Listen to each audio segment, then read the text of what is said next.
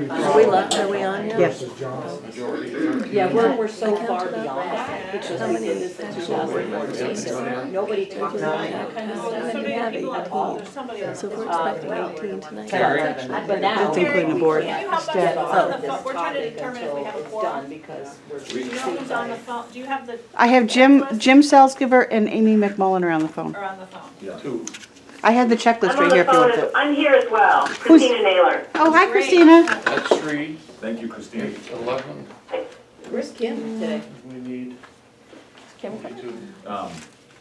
Yes. Yeah, see, I see another one here. Yes, she is. Oh, that's the right copy. Who are we But missing?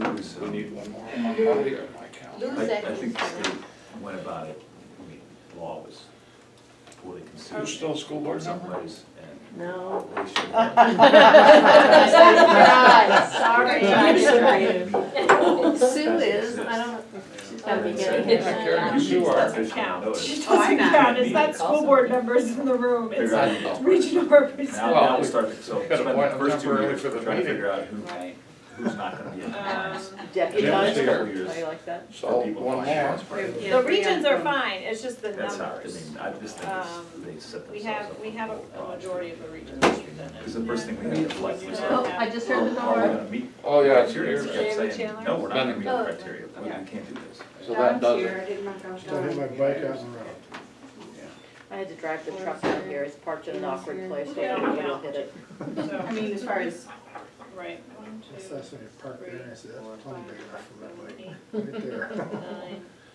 Then I'm gonna go down instead of getting out in traffic, and I'm gonna go right between, little Oh, barriers and go right to the oh, gas station and go home. Yeah.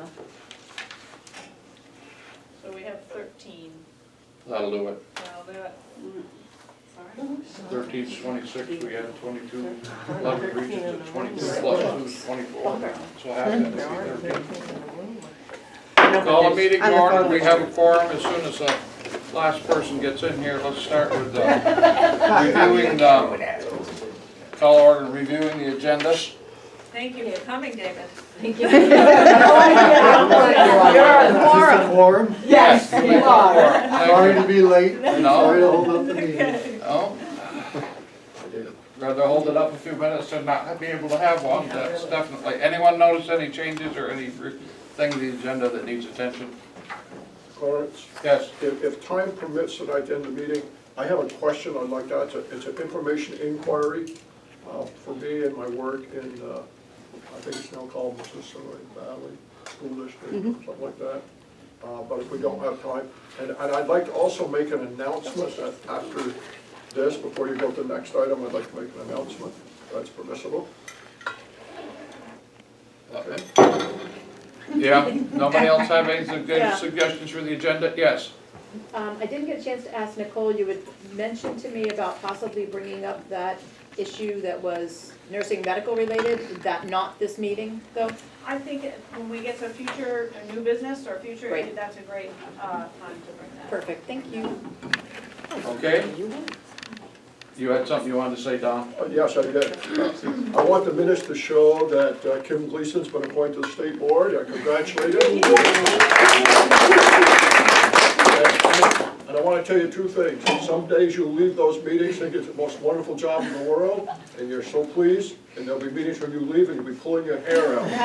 Because it didn't go in the direction that you thought it would be for kids in the world. Just like school board meetings. Oh, no. Very I thought experienced. that too. I was pretty naive when I got appointed and thought it was like school board. But anyway, congratulations, Kim. Thank you, Don. It's my honor to serve. Okay. Thank you, Clarence. Yes. We'll start with Nicole. Act 11, pre-kindergarten education study, key findings. Good evening, everybody. We have a new face in the room, so I want to, for those of you who don't remember, Chelsea Myers, who was with us at the annual conference at the one in October. I asked Chelsea to join us tonight. She is, what's your official title for the VSA? Communications and Professional Development Associate. For the VSA. So she has been doing a lot of work with the association around their communications and professional development, but also has been working with us on some key policy areas. Most notably, Act 166, pre-K, and Act 173, special education funding. So she's going to join us for the first hour. Chelsea has a background in research, and so has been contributing quite a bit in terms of our own organizational understandings of some of the opportunities that exist with both of those laws and some ways we could improve the design of our approach to better serve kids. So thank you for being here tonight. It's, I think, a good example of how our organizations work well together to complement sort of the range of expertise. Our team tends to bring a legal and policy lens, and the folks at VSA bring more of a educator, practitioner, research orientation. So between the two organizations and our partners, the principals, special educators, the NEA, I think we're having an impact in these conversations. So I've asked, Chelsea will jump in as we have these conversations. Wanted to share with you, which you got in your board packet, the preliminary findings for the study that was commissioned by Act 11 last year. And that study was commissioned after essentially a breakdown in progress toward making modifications to Act 166 between the Human Services Committees and the Education Committees, who had pretty different views of what was working well and what some of the deficiencies were with Act 166. And so legislators grew quite frustrated with sort of these two different narratives that were difficult to unpack and really ascertain what was happening. And so they commissioned this report, which I won't speak for any other organization, but from my point of view, was really looking forward to an objective third-party research-based analysis of the design of this law and whether in fact it was designed to meet the goals that we say we want to meet in terms of universal access to pre-K. I will walk you back to, I believe it was our December board meeting. It could have been January when Jeff, Francis, and I talked with you about our organization's process to together with the principals and the NEA and the special ed administrators to identify 7 problem statements with Act 166. We went through them with you.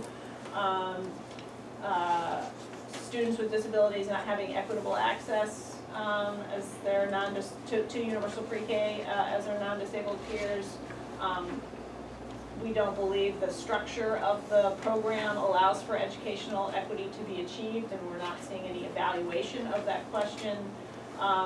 That we had concerns about the financial sustainability and overall affordability of the law, lack of data, lack of coordinated and cohesive systems oversight and administration, because we've got 2 agencies administering the program. And a couple of others. So we had hoped, and we shared these problem statements with Secretary French when he began his tenure. He agreed with our assessment of the situation and essentially said, this is going to be my focus area. We got a month or 2 into the session and other distractions emerged, and pretty much the legislature said, we're not going to take this up until we get this study. The study is really going to point us to the strengths and weaknesses of Act 166. So this interim report was shared with the House and Senate Education Committees, and then it was in the Human Services Committees also, by researchers from the Education Development Corporation, EDC, and they were contracted by the Agency of Education.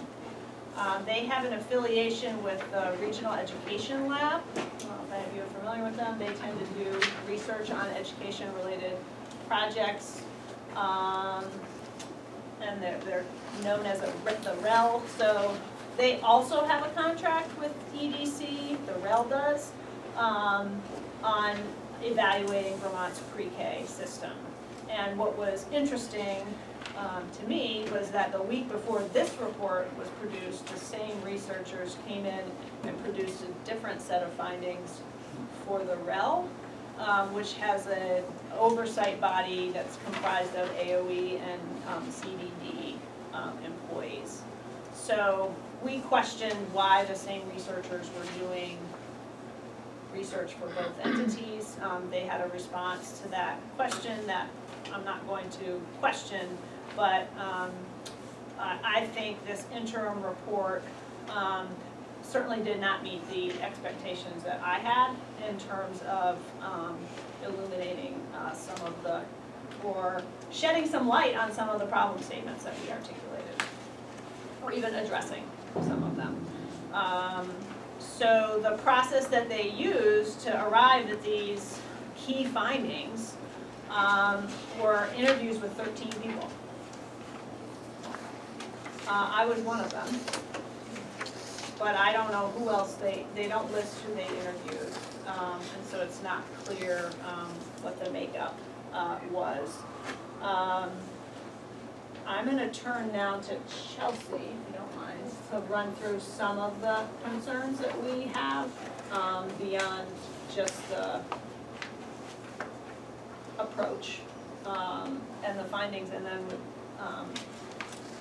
happy to take questions that you might have based on what you've read in terms of the document I shared with you, and then we can talk with you about what we're thinking in terms of next steps. Who paid for this? The state of Vermont paid for this. And a final report, I believe, is expected in November? I don't remember exactly which one's when. Right. Yeah, so I'd just like to preface that this is not like a final analysis of the report from either of our associations, and again, it will be really helpful when we have the full report to know exactly their methodology and the raw data that they use.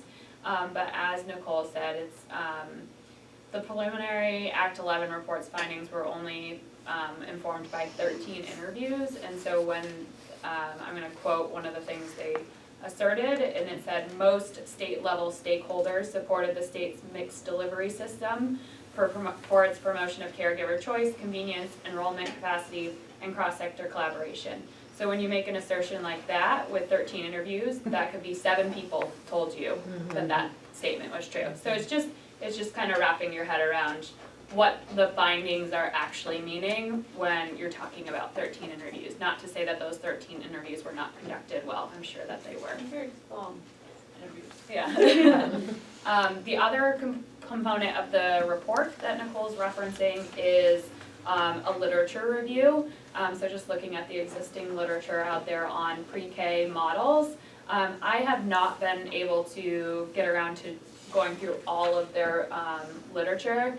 I hope to do that after our spring conference next week. I'm looking forward to seeing some of you at our school board training too, which I will be at.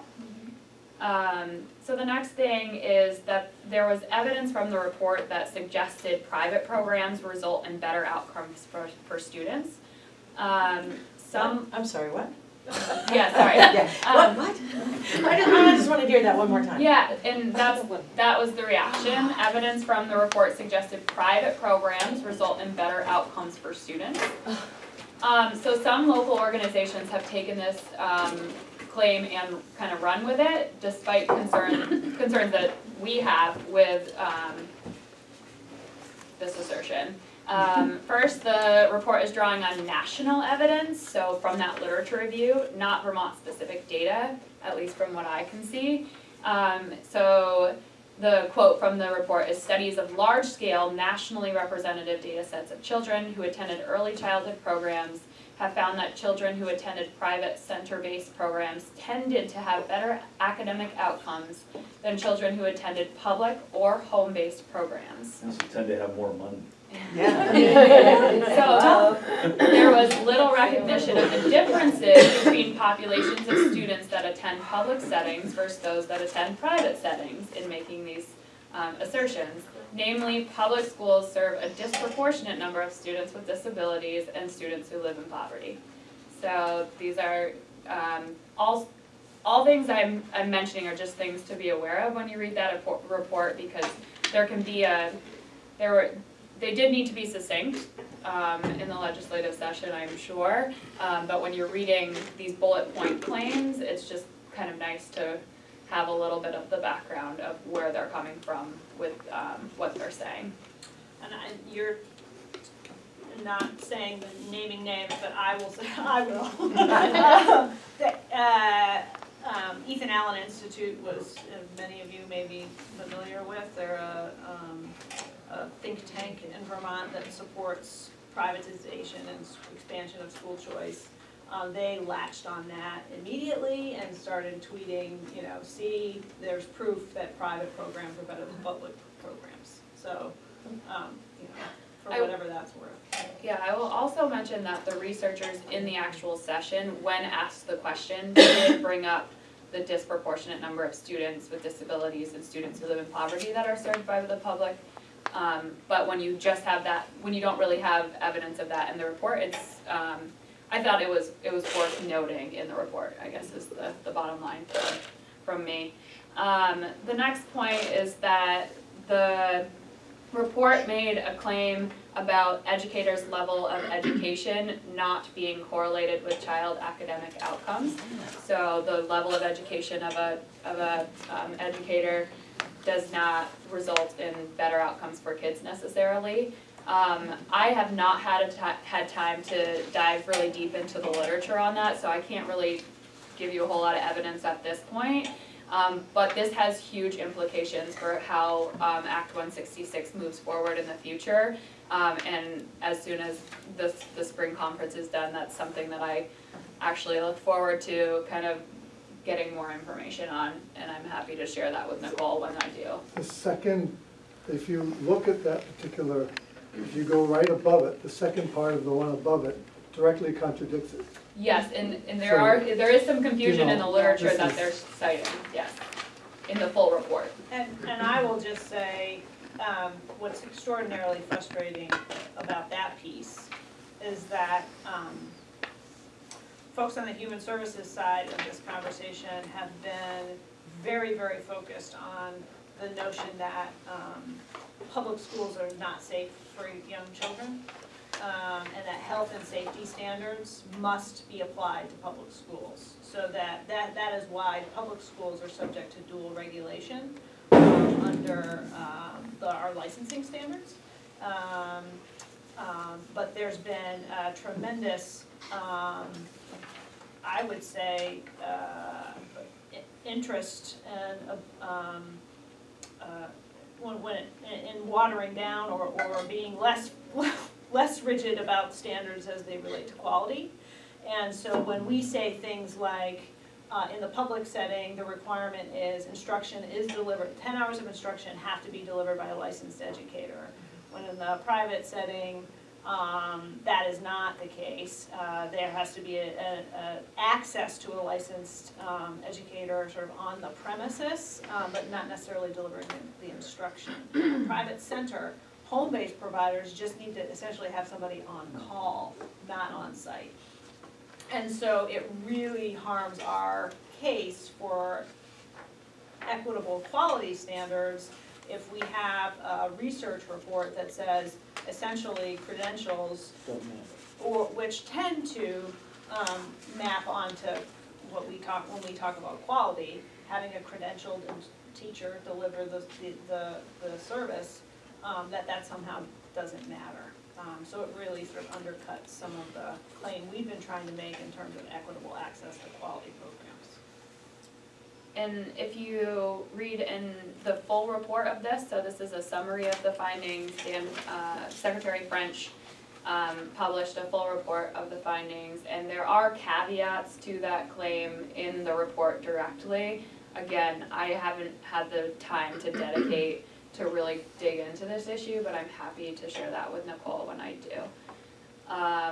The next point that kind of comes up is declining enrollments and then increasing the scope of pre-K providers. So according to the administration, there are too many elementary schools. We see that with Act 46 and consolidation. Yet when we are giving public dollars to private providers, we're actually expanding the number of publicly funded schools, which is counter to what we are trying to achieve in Act 46. So declining population coupled with paying for more private sector infrastructure may cause increased taxpayer costs. And it is likely that the public leaders that support the mixed delivery model do so with the expectation to execute contracts with a subset of providers so that they could go back to providing support and services and programs with which they have stable relationships, and serve and then are in turn able to monitor the quality that they're sending their kids to and giving the public dollars to. None of this is possible if districts can't manage contracts and supply, which they are expressly prevented to do in statute. Right. And the other piece that I noticed, that we didn't discuss, was, and I don't know if it was in this report or the one they presented the week before, but there was some data around the number of students accessing pre-K outside their SU boundaries, which gets to our students with disabilities having equitable access. So an SU is not obligated, nor can it often provide special education services if a student is private, placed by their parents in a child care center outside of that SU. And so we've raised concerns about that. VSBA, the special ed administrators in particular, have been very vocal and focused on that issue. And so they presented data saying, well, most students go to a setting within the NSU, whether it's public or private. But the sample size they looked at excluded 3,000 out of 8,000 students. So there are some questions. This was not the Act 11 study. This was not the Act 11, this is a different study. So, but it's all data that's being used, I think, to sort of undercut some of the arguments we've been making, and it's again frustrating because. I believe it was still 17% though that were. There was still a sizable number, yeah. but it wasn't. But it was portrayed as not very many students are within the SU boundaries. So, but I think you, definitely could argue 17% is not an insignificant number. We have, you have time for a couple questions? Oh yeah, we're done now, I think. Yeah. Diane? I didn't really pay attention as much to the details of that first bigger survey or study. Did they actually do a parent survey? Was any of that based For on any? Act 11 or the REL study? Either one of these, because it seems really divorced from what parents who have children in preschool might say. So this study was only 13 interviews. I don't know if there were any parent representatives in that 13. I find that fascinating, okay. Will you get that, will you get the participants in the larger report being published? I would expect so. I mean, if they really want So to that might be know. forthcoming. Yeah, and I believe they're going to interview more people for the full report. If they wanted to know what's going on the ground and the perceptions of parents about preschool, I would think they should ask them along with just asking the educators and the providers who have certain stakes in it. That's all. Okay, anyone else have any questions? David? As you know, as we raised the point, Jim and I, last time, that this is a particular area of concern because we've already run afoul of Act 166, and it's created real confusion. And so I read this with great interest, expecting to get some real insights, and I must say that I am very grateful that you all I have faith in this organization after all. I really appreciate your reaction. I was going to start out by saying, did anyone here write this? and no one did, so either it's really poorly written and organized and incompetent, or it's designed to provide information for anyone. So you have contradictions throughout, you have really purposely chosen meanings so that you say it one way here and then you disagree with it, but you use a different set of terminology. So that seems like it makes sense, but when you look at it, so, I mean, I'd be happy to go over this chapter and verse because I spent some time looking at it because it's an issue that I know more about than I ever really wanted. And I was hoping that you could give me some idea, because it's easy to go on a rant. But I was hoping you could give me some idea of how this is supposed to help us achieve something constructive and what we can do to be a part of helping the process be constructive.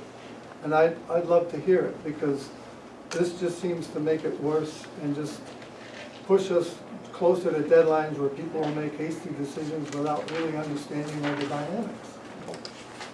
Okay? So we're happy to talk next steps with you, but Okay. we will finish I with would next appreciate steps. Don, you had a question? I just want to make a statement on the record. I started with Head Start 51 years ago.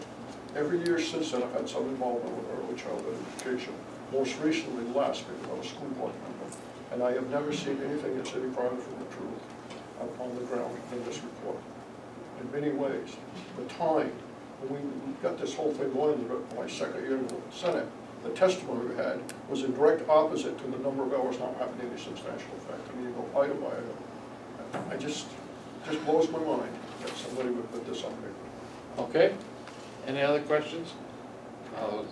Nobody wasn't sure anything yet? One, who asked for this? The legislature. Okay. So in as part of Act 11, last Oh, year. it's they- a law that Yeah. said this will be. Th- And they who was looked in at the charge? study, Yeah. I'm sorry, who was in charge of getting this contract bid? Like, and how much money we pay for this? I'm just, I don't know exactly how much money was paid for the study. and who was in charge of like, The telling them what they agency of needed? Education. It's all through the And the legislation spelled out the issues that they were supposed to be looking at. And did it address those issues? It's hard to say with the summary. The final report, I think, will. You think it will? I'm not sure it answered the questions that people were hoping to have answered. It certainly didn't answer ours. Were the questions in the legislation close to some of ours? If you give me a minute, I can look up the charge. You wanna move to somebody else? Yeah, somebody else. Any other questions or comments on the report? We can wait for the final report to come out Agency, please. when it's, has more information to debate, to know where we might want to go, but in practicality, it's not going to show up until after the legislative session, I would suspect, right? The full report. Yeah. Oh, yeah. So now that they have it, what are they gonna do with it? Well, the whole report isn't even out yet, so, Right. and if it's after the legislative session, it So won't be nothing. till the second half of the biennium, which is next year, before they'll be looking at it, so we will have an opportunity to review it and comment on it. So Thank you. That might give us some time to. let's put a resolution together on what we might want to do about it. Kim? Is the progress on this compromised by the openings at the AOE right now? Is there a direct link to that, or Kate people Rogers having has been left really- that were involved? Yeah, I mean, I think, certainly the former secretary and deputy secretary were in the thick of, Act 166, and trying to, work with their counterparts at AHS. But as I said, Secretary French assured us that this was his thing. Also, he had mentioned to me, after when the study appeared on the legislative calendar, and we were like, what study? Can we see the study? And he had referenced, the fact that he was offered an opportunity to edit or provide comment, and he thought, well, this is a research report, I'm not gonna do that. But I believe, his counterparts at AHS did provide some edits. Okay? If there's, But it's submitted by the question. Secretary You of have- Education, so. if you were able to find that quote. I don't have it, it's, Act 11 is like 275 pages. All right, so we'll get it later. Nicole, Diane? which committees are involved in this, if we wanted to, like, put bugs in people's ears? Education and Human Services. Got it. All right, got friends there. They're the two people that we ought to On the tell way. that we're not happy with their, they're not thrilled by their Well, that's preliminary a concern, recommendations. yeah. Yeah, thanks. Okay, Areas for further exploration. all right, next on the agenda. Next step, though, I promise next steps today. Yeah. So we'll, the Act 166 concerns that we shared with you back in December, whenever that was, were a product of work with superintendents, principals, special ed administrators, and the Vermont NEA. Our 5 organizations have come back together with this report and are going to develop our own action plan to prepare for next session. So this session is basically done. We're anticipating a fair amount of energy. I don't know to do what yet. But both committee chairs have said next session we're gonna be looking at 166.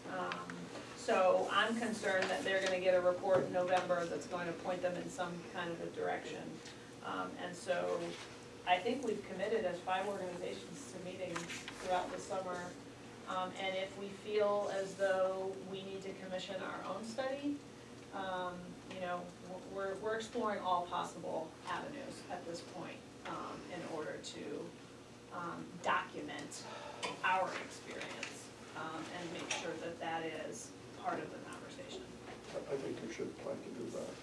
I don't know if we have any role in encouraging it, but a report that maybe got out about the same time or a week before the legislature. Yeah, I think the nice thing about this issue is that it is one in which all 5 organizations are very closely aligned on. Okay, can we move to the next item on the? Principals Association, Superintendent's Association, Vermont School Boards NEA. Association, Vermont NEA, and Principals, did you say? Special No, Ed. SPED. Special SPED Ed, administrator. that's the one I was, Yeah. thank you. Okay. So, Act 173, just gets fun every time, right? Yeah. So this is What is the rail account? Regional Education Lab. And you can also pull Dan's full report of that interim report too on the Agency of Education website. Can you email me that link? I know I can find it, but then I'll just send it to you guys. Okay, So 173 is the other issue that has us all working really closely together. So I sent you the memo that we received from the secretary, which was in response to work we had done early on with the advisory group around how are independent schools going to be incorporated into the census block grant. And you'll see the agency's interpretation is that they cannot, and we need to continue a reimbursement system. They're proposing some, what I would characterize as improvements to the reimbursement system by setting, potentially, you know, creating a model contract and setting clearer rates. But that relies on a few things. Number one, the Agency of Education that process not being politicized through the Agency of Education. because there's no regulatory or legislative directive. It also relies on school districts being able to successfully negotiate that model contract with the independent school and the rates. So that's a big bucket of concern that we have in addition to the other ones that I've shared with you over the course of the last few meetings around Act 173 and in particular, I think we've talked mostly about the timeline. So the Senate agreed with the or was persuaded by the testimony that was offered by the advisory group and our associations that the current timeline in the law was not going to work. They had language in their bill, H 521, many of you probably read the legislative report that got sent out earlier this week. And unfortunately, the Senate has added, after declaring the H 39 conference committee defunct, they just attached their Act 46 delay language to that bill, which puts it in peril. So the House Education Committee is now wrestling with whether to even bring that bill to the floor, because so they could bring it to the floor and strip out the Act 46 language, but because it's now had that as a vehicle, it becomes an opportunity for House members to add amendments and have a big debate about the delay bill again. So they have been taking testimony. This morning, they took testimony from Dan French, and apparently the administration's position now is that a delay of the funding would cost the state $40 million, $46 million, I believe was the estimate, because we won't basically be, capping special ed expenses next year. He wasn't able to share the exact methodology that led to that calculation, but it has been asked to come back and do that, so I expect in the next day or so that's going to happen. I asked to testify. I knew he was going to say that because he told the advisory group that that's the administration's proposal. So I did ask to testify and tried to reiterate for them that there's no savings in this law. It's a cost shift. So if the state allocation for special education funding is expected to be reduced by $40 million next year or the year after, or however you're calculating it, and we haven't done the work on the professional practice side and or made modifications to IEPs, we're still on the hook to provide those services. So the cost then shifts from it being the state, funding 40% to local it's part of your local ed spending. So I don't understand this notion of savings happening while we have not done the work on professional learning is problematic. So unfortunately, what that sort of means is if they don't figure out politically how to pass this H 521, the train is leaving the station. And that's very hard for the House Ed Committee because I think they understand the value and also have been put in a very difficult political position by the Senate's actions. So I don't know what's going to happen. I think last week everybody was like, forget it, it's just gonna die. We're gonna come back to it in January. And I asked the advisory group at the meeting on Monday, can they do that? Isn't that too late? If we're gonna stick with a reimbursement model, don't we need to have service plans in September and October, which then will drive the budget, which is done in December, so January really isn't gonna be of much use to anybody. And people around the room who know much more about this process than I do, said, yeah, a January action does not help us. So, we, at the same time, the professional learning program is not being built at the AOE that we can tell. They are hiring people, so that's a good sign. Positions are being filled. But their approach is in terms of who gets access to technical assistance is really connected to who's identified for technical assistance under the school accountability program. And that has been hampered by the failure of the longitudinal data system, of the student data system launch. So none of you have accountability data, right? You know that? Nobody knows how their schools are doing. That's not going to be available until June. So here we are, like, coming upon another school year, and we're still not clear what the plan, who's going to get the technical assistance and on what basis and what it's going to look like. So that's, we're concerned about that, and we also have some concerns about the agency's interpretation of federal law as it applies to Act 173 and the rules that they have now submitted to the state board, which I believe the state board is going to consider next week at their meeting. The advisory group agreed the agency has basically said to us, we don't want your feedback anymore, we're done with our rules. They're now with the state board, so send your feedback to the state board.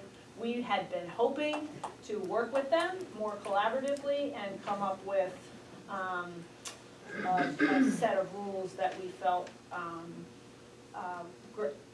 gave greater clarity in terms of the responsibility of districts. Mostly this is in the area of documenting the time that you're spending delivering. So that process was not successful, and so now we're at the point where I believe, were you at the meeting this morning? Did everyone agree to sort of take it back to there? Pursue, yeah.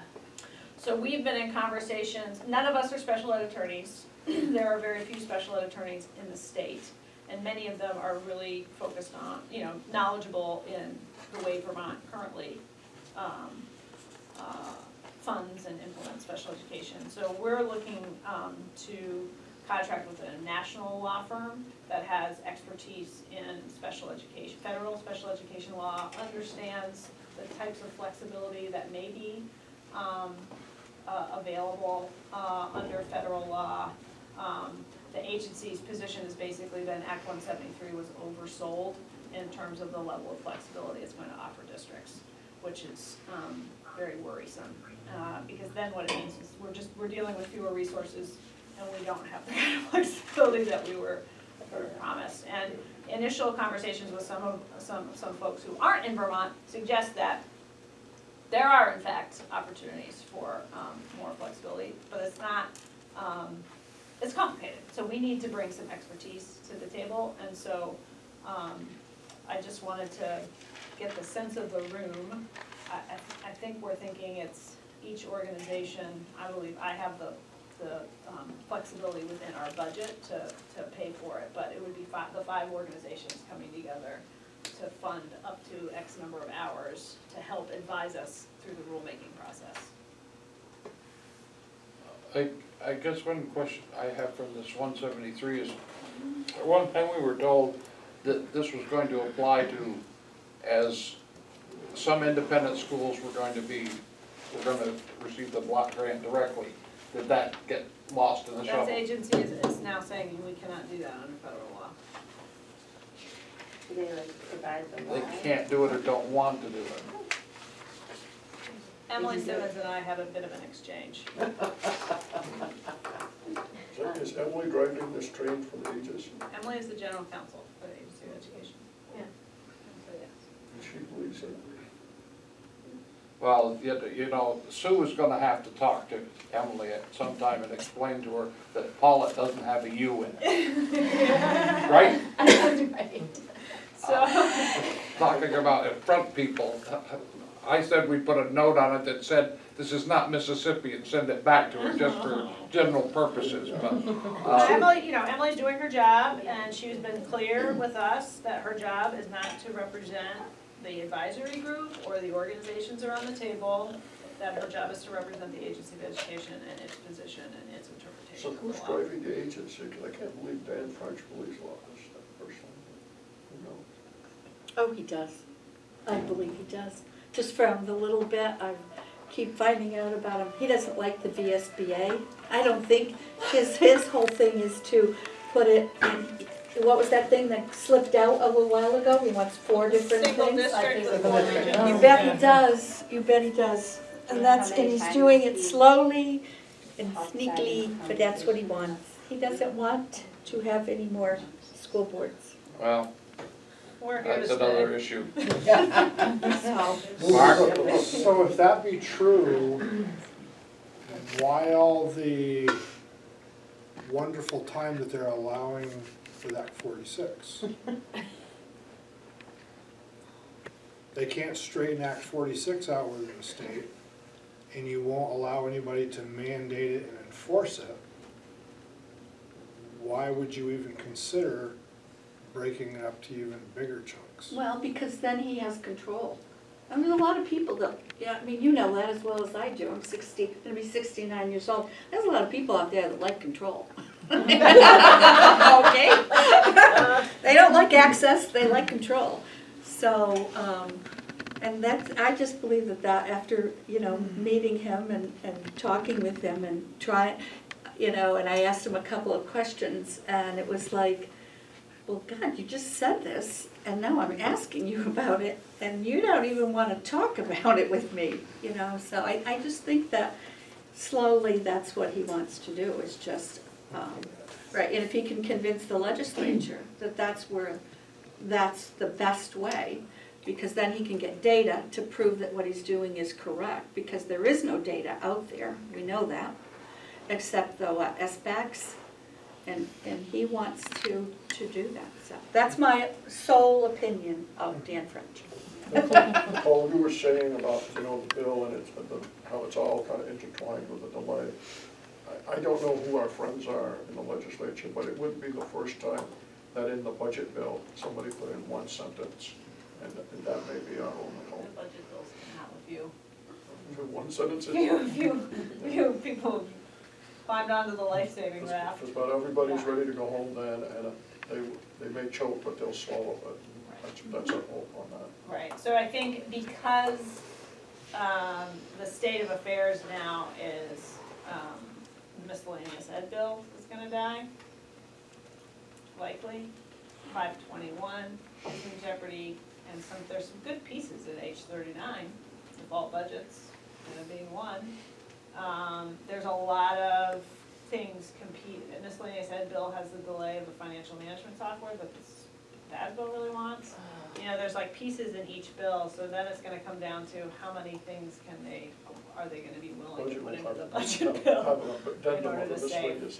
Yeah, yeah, so. Okay, So are you looking for a motion or just for a thumbs No, up? I don't think I need your Okay. permission I can confer with the executive committee once we have a contract and an estimate. And like I said, we can do it within the current year budget, and certainly if we need to, it'll be a 2 fiscal year project. So I just wanted to get your sense of the room, basically of the board, in terms of working with these other organizations and obtaining outside legal counsel to help support us through this rulemaking process and the discussion around schools. David, you were next. So you guys have hit a home run. This is another issue that hits very close to home with us. As you can imagine, we're one of the districts that's famous for working with independent high schools, and we don't have our own high school. But we are a reasonably significant SU. We've been very active. So what I'm saying is we've tried to be very active, and not the board, but our staff. So our head of special ed and our chief financial officer, Randy Coulis and Sue Wilborn, have testified many times, and they've come up, and I talked to Sue today about this and collected some data of letters and other positions they've taken, and she couldn't even find the memo that had been, someone told me to look for. She said, that's an old memo. I said, it's only a year or two. That's an ancient memo. She said, we have communicated with these people, and we've been going back and forth, and we're probably every day. So if you do need a perspective and would like one that's very well considered and very well organized and and understands all the financial implications along with the application of how to provide this and work with independent schools and create our own programs. I think we have a really good group, so if You you're do. not already in tune with what they're doing, My first phone call was to Randy okay, after we got this. okay, Because right. that she and Sue have been so okay. influential, and I Thank knew you. that, so, first of all, which was amazing to me, Dan sent the memo to me, Jay Nichols, and Jeff Francis, did not include special ed administrators or the NEA, so I, first order of business was sending it to them so that they had it, and then Tracy passed it on to Randy and others, and then I reached out to Randy to see if she could participate in a meeting by phone, where she basically walked us through all the problems. I'm sure she did. Yes, she did, she's very, very I know clear. it, I know. And has a very, wants it to work. Right, They Is both not, do. out to get in independent schools by Nope. any stretch, Nope. but is very, very concerned about what could happen to the elementary programming if, independent schools are allowed to keep sending bills back to the LEA. exactly. Meanwhile, LEA's got fewer and fewer funds available to it. It's just, So you understand the issue, thank you Yes. very much, I appreciate thank that. you. Okay, is there any other points? Our clock here is, Carrie tells us it's 10 minutes slow, so, that one is. Yes, that Yeah, was so correct. we've got about This one's 5 minutes. correct up here? Yeah, we've So got about 5 minutes. we have 5 minutes. Nicole, I just want to ask, are parents groups aware of this? Because in my history, 30 years ago, the parents group have been all over the legislature on this. Kids Yeah, are not, so but I guess Vermont they're- Legal Aid is on the, so thank goodness we asked for this advisory group. Good, Because we have a forum to get together, we meet the first Monday of the month. And,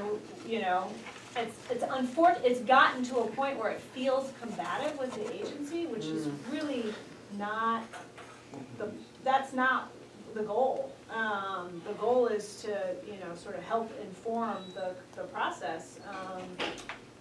But the good news is we all get together and hear from each other in terms of the different perspectives and also have a conversation with the agency about the approach that they're Sounds like they want to be combative.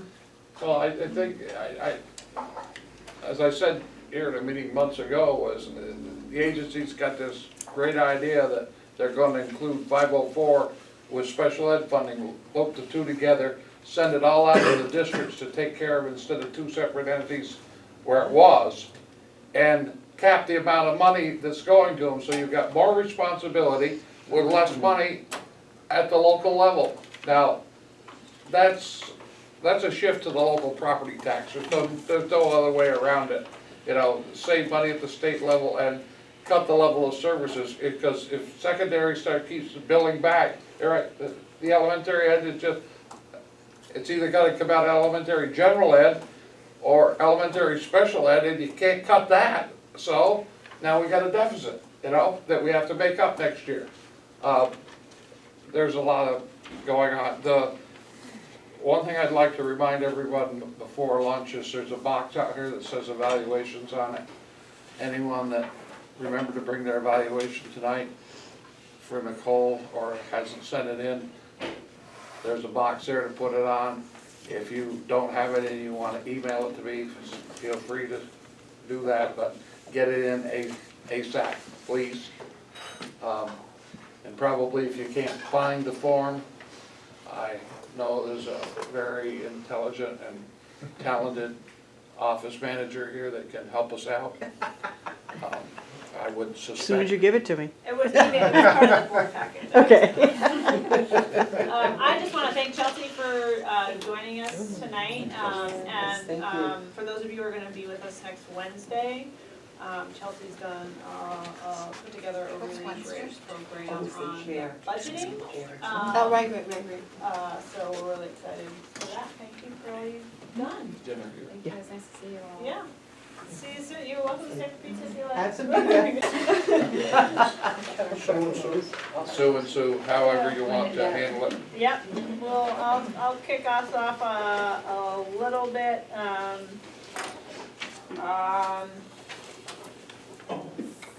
let's start with the yield bill, and education funding. shall we? So the House passed their yield, so that the yield bill sets the yields and the non-residential rate, which then translate into your homestead property tax rates and income percentages. So, the House, bill, which was passed back in March, I believe,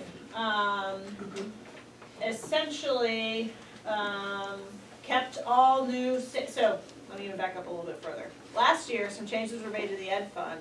The general fund transfer was eliminated and was replaced with 100% of the sales tax revenue. There's been some developments since then in terms of a Supreme Court decision saying states can collect revenue from internet sales as part of their sales tax. And the Ways and Means / House passed yield bill kept all the revenue intact in the ed fund and applied $24 million in non-recurring revenue, aka one-time money, to hold tax rates level. Despite the fact that ed spending increased close to 4%. So that seemed potentially too good to be true in an environment where there was a lot of interest and energy around expansion of childcare. I knew there was pressure to fund clean water. I wasn't clear that the ed fund would become a place for funding for that. But it has sat, as is pretty normal, in the Senate Finance Committee on the wall for the last month and a half without a lot of activity. Senate Finance has begun taking testimony. I requested to testify and was on the schedule for yesterday, but they canceled my testimony and some others. I think because they were on the floor for most of the afternoon, although the Senate Education Committee met, so but they did take it up today, and I still haven't gotten an invitation back. So they're apparently operating without a committee staffer, so I don't know what's happening in terms of Senate Finance operations, but they now, I'll sort of kick it over to Sue, who was there this afternoon, where I think they had the first substantive conversation about how their approach might differ from the Yes. House's approach. They, Mark Peralt from the Joint Fiscal Office was there and talked to them about how their approach may differ from the House's and what the House approach was. And they seem to be, toward the end of their meeting, leaning toward adjusting the yield so that the statewide tax rates will actually reflect the budgets that were passed by boards in March. So not using all that one-time money. Right. Yes. And that creates a level of difficulty for our members who, so what the House did was adopt a yield bill that had higher yields than were predicted in the December 1 letter, which means good news for you vis-a-vis your taxpayers. If you told them tax rates are likely to go up X amount based on the info we have from the December 1 letter, that's usually how people model their tax rates on town meeting or budget presentations. So the House bill was like, yoo-hoo, you know, we delivered better, lower tax rates for you. The catch is they rely on a heck of a lot of one-time money. It's the third year in a row, and at some point, perhaps that's going to catch up to us. On the flip side, if we go to the Senate's approach, then the tax rates that you stood in front of your community, and although it's always done with a big caveat, because things can change if Montpelier decides not to do something, but the tax rates will be higher, probably substantially higher than what you presented to your communities. So you said the budgets that passed in March, and what about the budgets that? Well, I don't know what you're presenting, or what, yeah, I mean, it'll apply to everyone. And I think what they have struggled to do is because we have a sizable number of districts that aren't voting until June on their first budget. I think there's been some uncertainty in terms of the total amount of revenue they're gonna need to raise, but I think superintendents and business managers have been reporting to the AOE, their best guesses of what those budgets are gonna look like, so I don't expect that's gonna be a problem. But yeah, no matter when it's July 1, what are your tax rates going to be based on the budget that was approved, the ed spending that was approved. Who knows if the Senate Finance Committee will go there. That likely won't mean that that's the end result. You're gonna have to blend the two together. But then you also have this whole clean water funding change that was made last week out of the House Ways and Means Committee. So they no longer have the yield bill, but they made some changes to 2 other bills that affect the ed fund. So Senate Finance or Conference Committee at the end of all this is gonna have to true up all the different moving pieces. It's hard to track and hard to communicate clearly to people what is happening. Because I thought the Vermont Digger article was fairly inflammatory in terms of the title.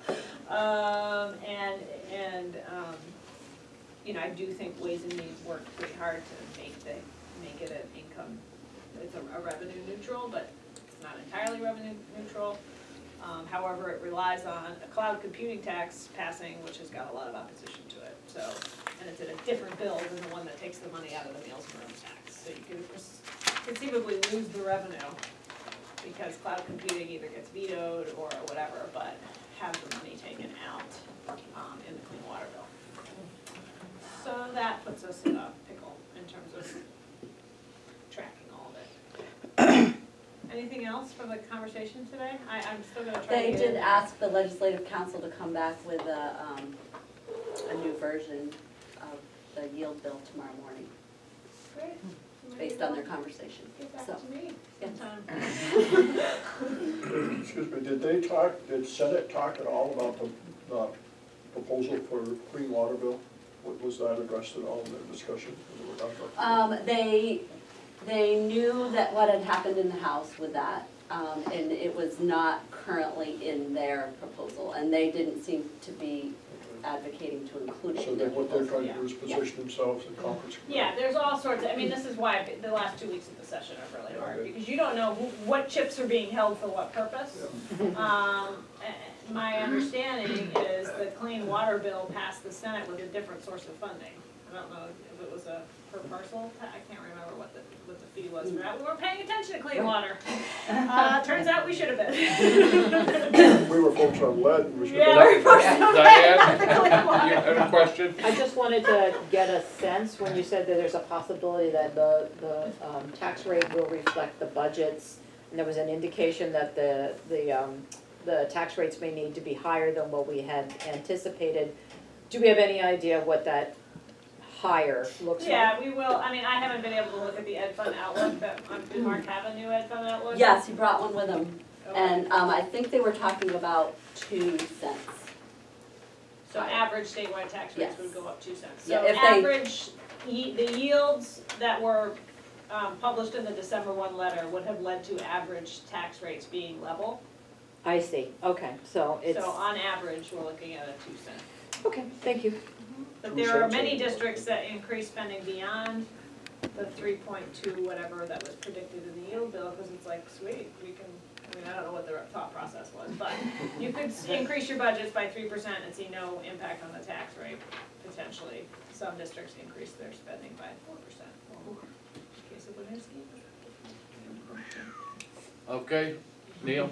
Was there, and I can't remember if it was in our update or if I read it someplace else, but there was also the AOE saying we have a shortfall in special ed funding as well, too, so that gets tacked on top of it as well. So that's like a better use of the one-time money, right? So you have this non-recurring expense that takes you by surprise. I would suspect that part of the discussion in Senate Finance is apply that one-time money to cover that type of an expense and raise the revenue for the ed fund through property taxes to cover the budgets that are approved. And the second question was, and I don't know if, Is there some logic to how they decide? So one of the things was replacing, right now the ed fund gets some source of revenue from someplace, and I'm reading replacing the source with a different source, but for about the same amount of money. And I guess I'm just not understanding the whole shifting nature of this, and why not, I mean, if you've got another source, another potential source of revenue that's raising about the same amount of money, just push that towards the other thing that you want. Why change? So Laura Sibilia and I had a good chat about this, because she was apoplectic and ready to introduce an amendment. And what she heard from Ledge Council, and I believe this is accurate, or joint fiscal, I'm not sure the source of the information, was that, you cannot in legislation say the cloud computing tax, sales tax, goes to pay for clean water. The sales tax is the sales tax, and then you can't, piece out. You can apply a new tax to something, which this would do, and it will bring new revenue into the sales tax, line item or revenue bucket. But you can't, so what they could have done is reduce the portion of the sales tax that goes into the ed fund. But I think there's a fair amount of interest in preserving there's something to 100% of the sales tax goes into the ed fund. And I believe that Janet Ansel and Ann Cummings feel very strongly that that be protected. So I think that's one piece. I think the other piece is meals and rooms. I think, they have tried to make the argument, or can make the argument, that that is a more direct connection to pollutants in the lake. And it's more stable, and it's a more well-known source of revenue than a new tax on cloud computing. And that's our concern, is that you bring these new items in, you predict it will raise a certain amount of net revenue, but we don't really know that to be true.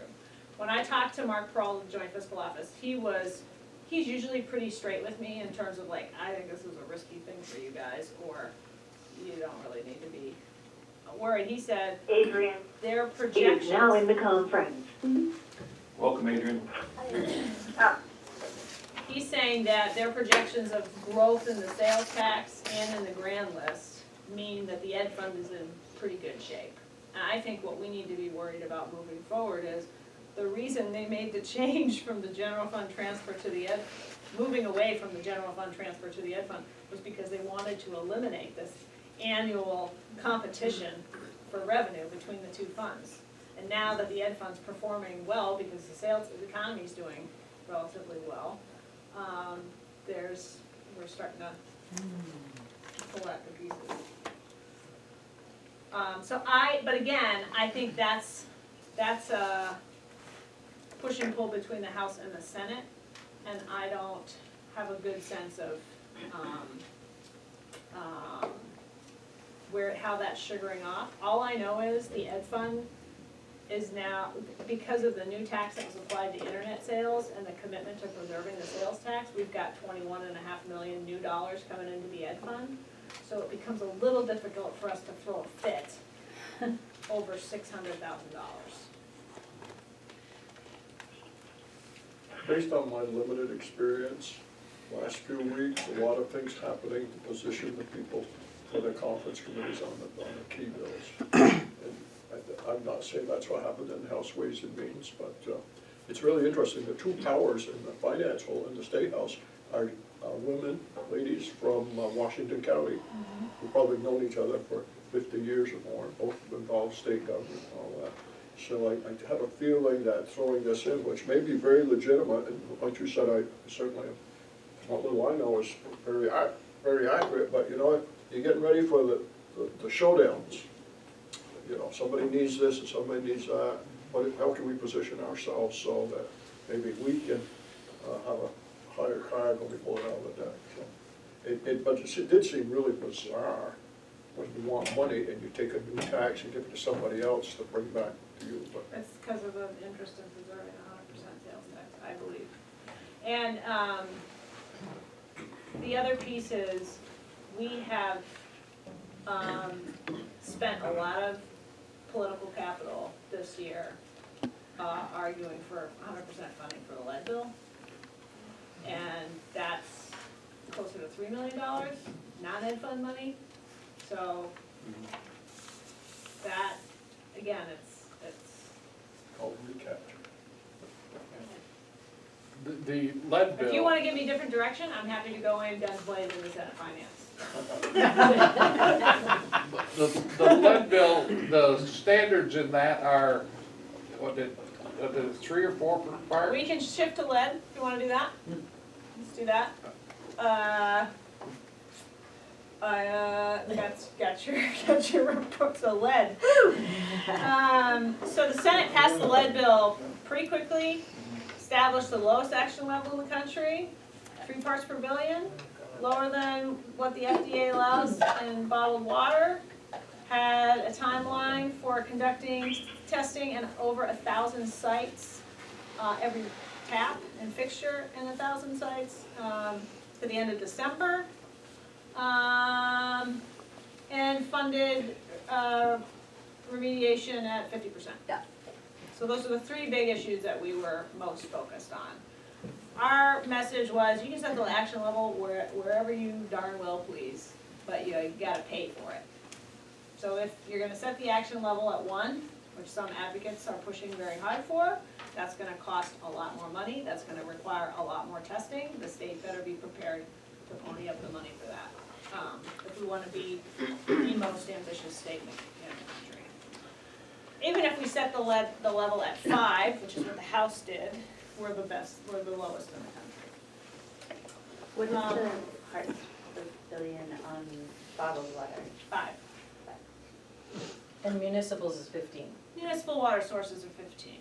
So we're getting 15 part Into your lead. houses and maybe lead to the schools. There's a lot of complicated science around it. The Department of Environmental Conservation, I think are pretty straight shooters.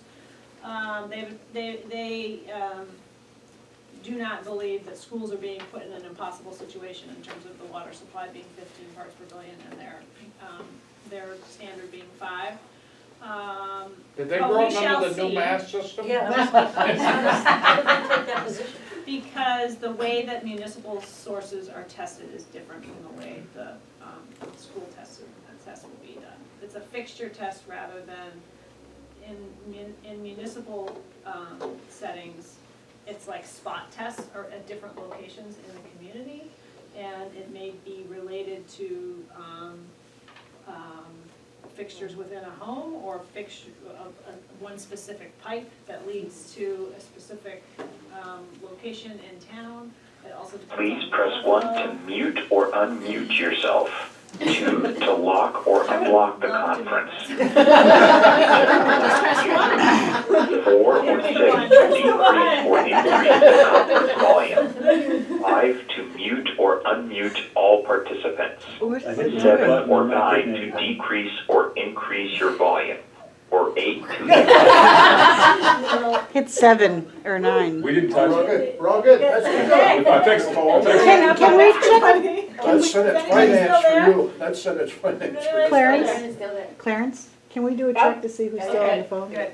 Can do what? A check to see who's still Yep, there? they're here. Yes. They're all still here. Are we muted now though? That says mute, dude. No, I hit that.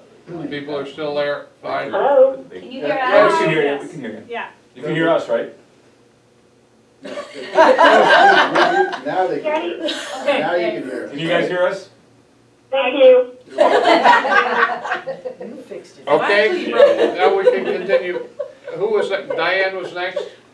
I was talking, but I'm gonna mute myself. Nicole, lead question. If the parts per billion is so low, why bother testing? Why not just distribute filters to all the schools and have them be put in all the places where people are doing drinking water and be done with it? That would be cheaper. Have to do that everywhere. I'm surprised we might not have to do that anywhere, because We will have to do it some places, we may not have to do it every place. Right. There are a lot of drinking taps in schools. And this covers not just schools, but all childcare facilities, and all private schools. it just sounded like the lead level was an impossible task to meet So, We shall see. Okay. That was my question. There's no safe level of lead, Diane, as you well know. Is there 100% payment in one bill So, or the other? House, yeah, no, so the Senate had 50%, the House, because they increased the action level, and, I don't know what else they did, Sue, you can help me out. They But they- increased the amount available for the remediation. Right, so if they without saying it in the bill, they have sufficient funds to cover 100% of remediation and testing for the initial round. Yep. There's no funding for subsequent rounds. The Department of Health has to promulgate rules that will govern frequency of testing moving forward. It does not cover districts where the source of lead is in the pipes in the walls. That, I think the testing program is going to, reveal that in some places, things are in pretty rough shape, in terms of the infrastructure within the school. The Department of Environmental Conservation, I think, has a position, created through the bill that their job is to provide technical assistance in the remediation side.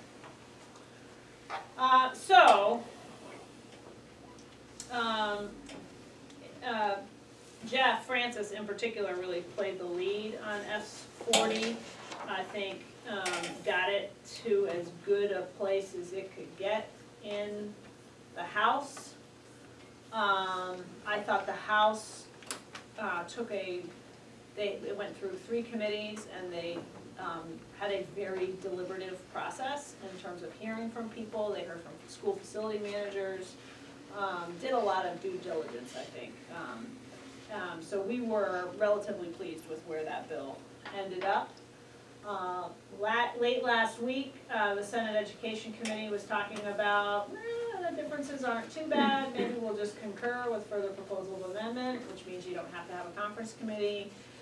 It was looking like there was some differences over some smaller issues, which came as a bit of a surprise for us. The House bill also extended the testing until the end of 2020.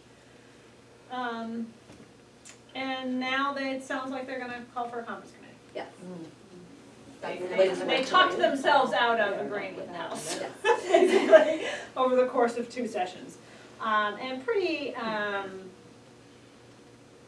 it's not, the dynamic between the House and the Senate has not been pretty to watch this year, unfortunately. Which leads me to H39. Which has had a really toxic effect on all the other education bills, and that's the F46 delay. So when you met last, the committee was still meeting and had decided to basically ask the chairs to meet to continue working together. It sort of boiled down to a very strange line in the sand being drawn by the Senate that was,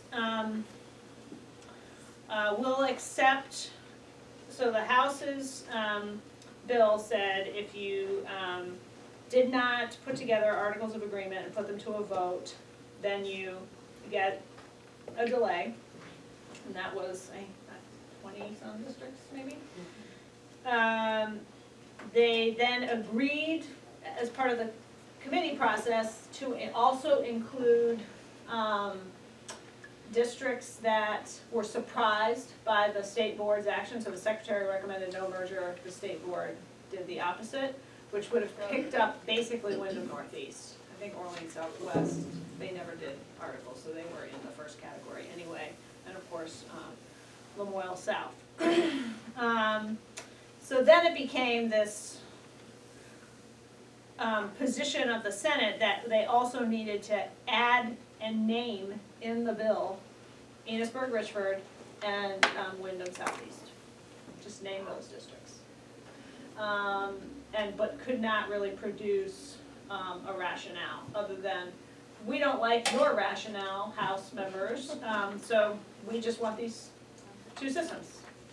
And they, House committee members, I give them a lot of credit, they did You know, a lot of sort of, can you talk to us about why, and who are you talking to, and who are you hearing from, and what, you know, what is the rationale for these two specific places?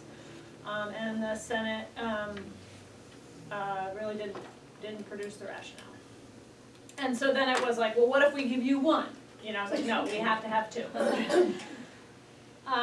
So they've really put the House conferees, I think, in a pretty difficult position, where they were unwilling to name districts that felt, and I agree, like a political exercise, and they were really trying to stick to some sort of objective criteria, even if they stretched the imagination. But meanwhile, you know, this process started in January. It's now May. We've had 3 court decisions, a strongly worded letter from the Agency of Education saying, here's your timeline, you better move forward. People have been moving forward. Some folks have held elections or are about to hold elections. Budgets are being put together. HR systems, business systems are being merged. It's like, and House, you know, people are hearing about that, and you can read it in the paper every day. Some new milestone has been achieved, and so now they're like, now it seems to us that delay would be more damaging. So they're really, I think they came to the view where we actually now feel like we need to narrow the group of people that get a delay to just those that were surprised by the state board's decision. And that would have been 3 districts. So that was what they presented at their last conference committee meeting. And Senator Baruth was not happy and declared, we're done. And then the next day, that was on a Friday, Tuesday, they came to the floor, voted to disband the conference committee and asked for a new one to be reappointed and gave them like specific directions. You can only negotiate within the bounds of both bills. And then next order of business, they passed H 521, which is the Act 173 delay bill, and added their original Senate language to that bill. In a total thumb in their nose at the House. The Speaker of the House has said, that's fine if you want to appoint new members to your conference committee, but you can't tell us what to do. Our conferees are doing just fine, and they stand by waiting for you to call the next meeting. That hasn't happened.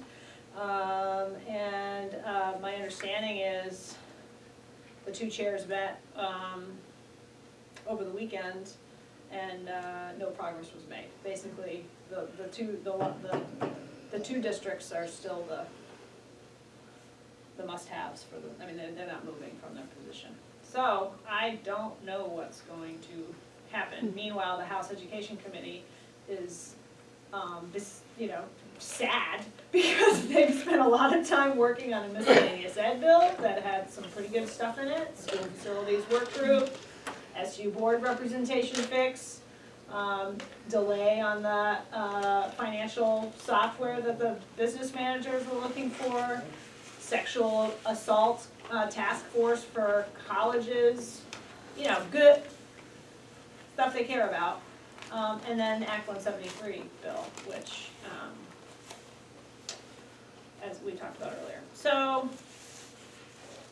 everything's kind of ground to a halt, and they're stuck with what move to make next. And I think they may be waiting for some other pieces to work themselves out. It does not bode well for a lead bill negotiation, I'll tell you that. So maybe we won't get one of those either, I don't know. Anyone else have any other questions on any other legislative issue that's pending right now that somebody has a burning desire to ask about? You do, don't you? Well, Maybe we want to it give got an a little, update on dual enrollment? they taking testimony today?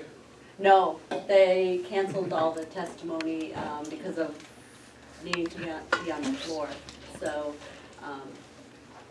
There was no dual enrollment testimony this week, I'm not sure. They were looking to hook that to the miscellaneous Yes. ed bill, so the carrier is in jeopardy right now, much Right. less adding anything else to it.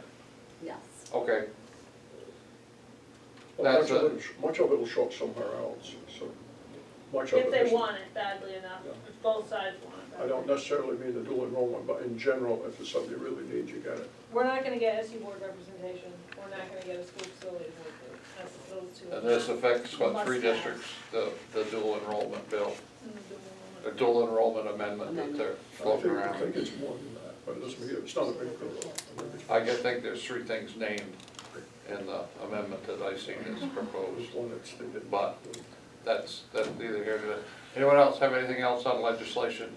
Just I'm wondering on the things that we're sunsetting because of a rework of Act 46, where would those be? How would those be extended so that we don't? Those I don't go think back? sunset until next July.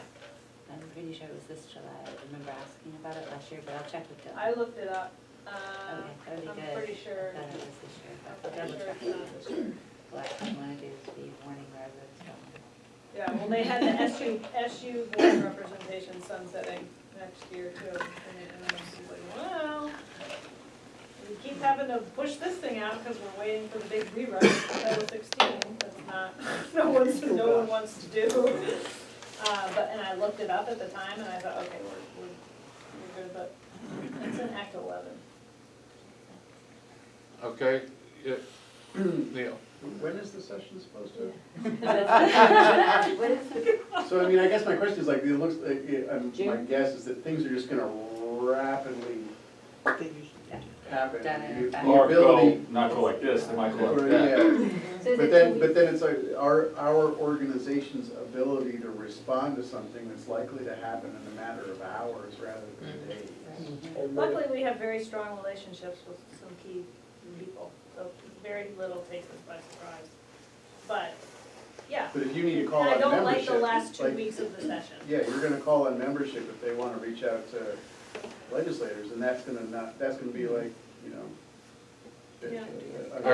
hours of turnaround rather than, you know, Right. like tomorrow they're gonna do something, like, no, this afternoon they're gonna do something. Right. Are we Right. basically talking about, we're in the last 2 weeks of the session now? Yeah. God, I hope so. Yeah, I think so. Although, I heard Kai Sampson was like, oh, I'm staying until the end of the session, which is May 25th. I was like, oh my God. I thought it was the 17th. Mark Peralt told me today he thought it would be the 18th. Yeah, I think, I'm Really pointing is for the expensive. 18th, which is a Saturday, right? Mhm. Yeah, they usually end on a Saturday, I'm thinking it's. That's what I thought, they should be Yeah, all it's a going big push pretty to get out by Mother's Day, but not this year. If we're going to stay somewhere near on schedule, we're going to have to, I guess the only other thing I would say is that it sounds conceivable they could get out whenever they get out with having accomplished very little. Is that sounding? Certainly on the education side, That- yes, I'm yes. sorry, that's what I mean. Yep. It sounds like a lot of effort and intention and hours and. being a non-election year and being the Yeah. first half of the biennium, it all hangs around till next year, so it's not like they gotta start again on all this stuff, so. I would be shocked if we don't come out with a lead bill. I would be, and nothing else, I'm not. Everything else might just hang Everything around. else is totally up in the air. Okay, Tax increase, and a tax increase. It's a possible tax increase. a lot of work for, well, But in the absence of anything happening on Act 46 or July, that they just July have 1's the to. deadline. okay. Merit pay. Our next order of business is,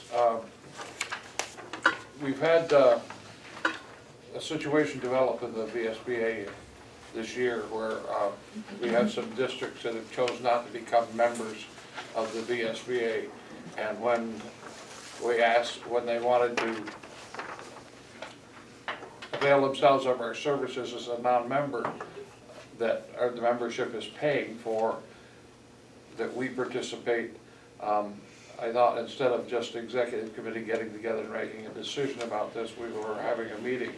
It would be appropriate if we adopted some kind of policy or policy statement on how we wanna handle stuff with non-members, so we have this recommendation that you all have that basically says if you wanna participate as a non-member, you can, that's fine. You're just gonna pay twice, basically twice what our members have to pay for the same thing.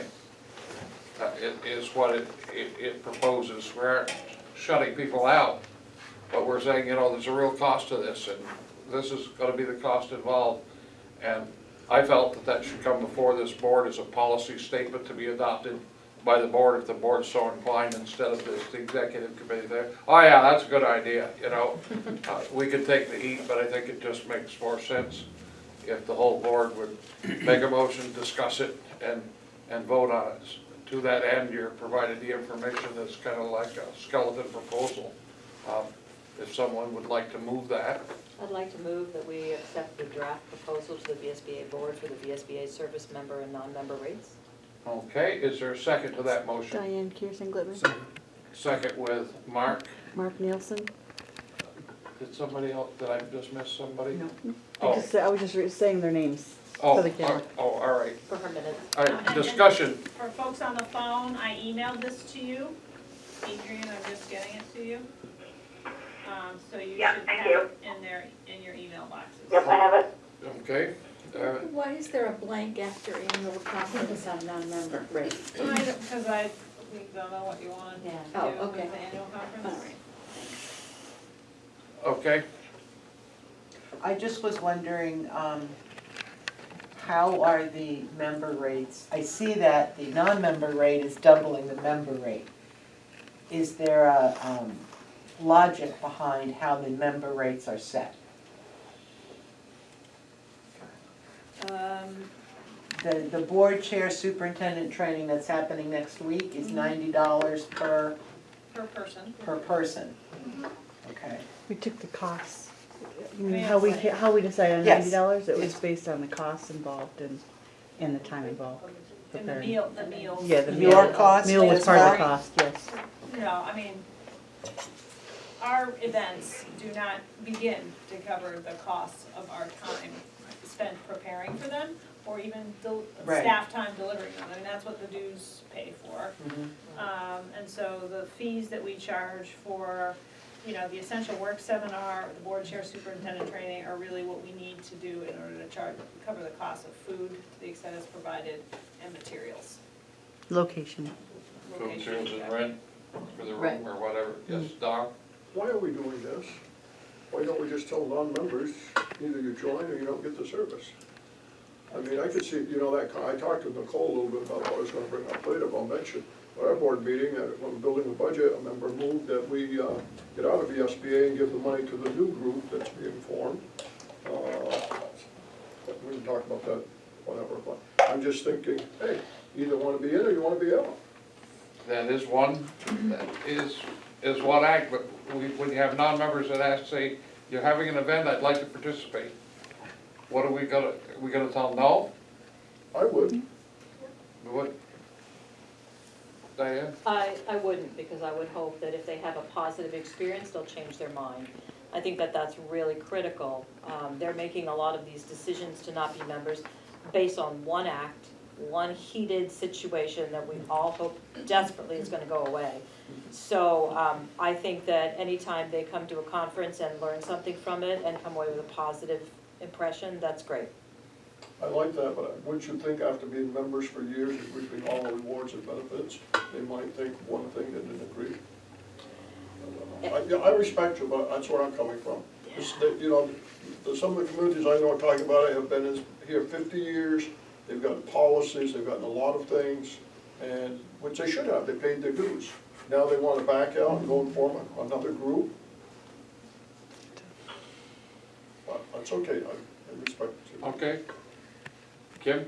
I'm just realizing, we mentioned the fact that the annual conference slot is vacant, so let's consider that. But the other thought is, should we be password protecting our model policies, our toolboxes? Can we speak to that? I mean, you can, we will need to talk about that. If we have okay, let's just be clear, we've lost one member. Understood. So we're not losing multiple members. Right. We've lost one member, we have had inquiries from a few others. But the member that that has told us in no uncertain terms that they are not going to pay our invoice, even though they cannot produce a board motion saying that they will not be members. We're gonna take them at their word that they are not gonna pay their invoice and treat them as non-members, subsequently registered for an event. Yeah. So that called the question, which you know all that, but just for the Yeah, benefit no, of understood. everybody I just else. wanted, it just triggered in my mind all of our free resources. But when it comes to the website, I go to a conference annually with people that do what I do at other state associations, and we've had that discussion many times. And the general consensus is always, the problem with that is you put your members at more of a disadvantage, because when they are going into a board meeting and they need this information, and then they're like, I don't have a password. What do you mean password? I gotta find a password. So you're putting your members at more disadvantage than you're putting your non-members at an They advantage. can't reach Carrie, because Carrie's not in the office. At night, right. It's a board, you know. Yep. Okay, Jill? That's, and for that reason is I think doubling the fees here where we can, I should say, is okay. Because another free service they're in essence getting is all the lobbying we're doing on, say, the lead bill, which is all in everybody's interest. Well, very few boards across the state saying, oh, no, don't worry about lead. So we're carrying the water for these other folks. And if they want to go join the Alliance, good luck on having the Alliance have the clout and the ability that we have in Montpelier, because they have none of those things. That's that nascent group. So I think doubling the fees is reasonable. Okay, any else discussion on the motion? I just wanna be clear and transparent that not all fees are doubled. Some No, 'cause seem like that would be a Or just lot to. accepting this The motion as a was to schedule, but I accept think we this, should probably, this proposal. we should probably come up with a number for the annual conference while we're here. Correct. I guess I have a question on the communications. Is that when I call up and have a question and I talk to one of you about that question, That or email, et cetera? all the So information that we send out or the calls that we take from you. I think it's one thing if Legislative we updates. as an organization send out information, it's kind of like having a password on your website. But if someone calls up and asks a question and they expect this staff to do something, answer that question, I think there needs to be. Not available.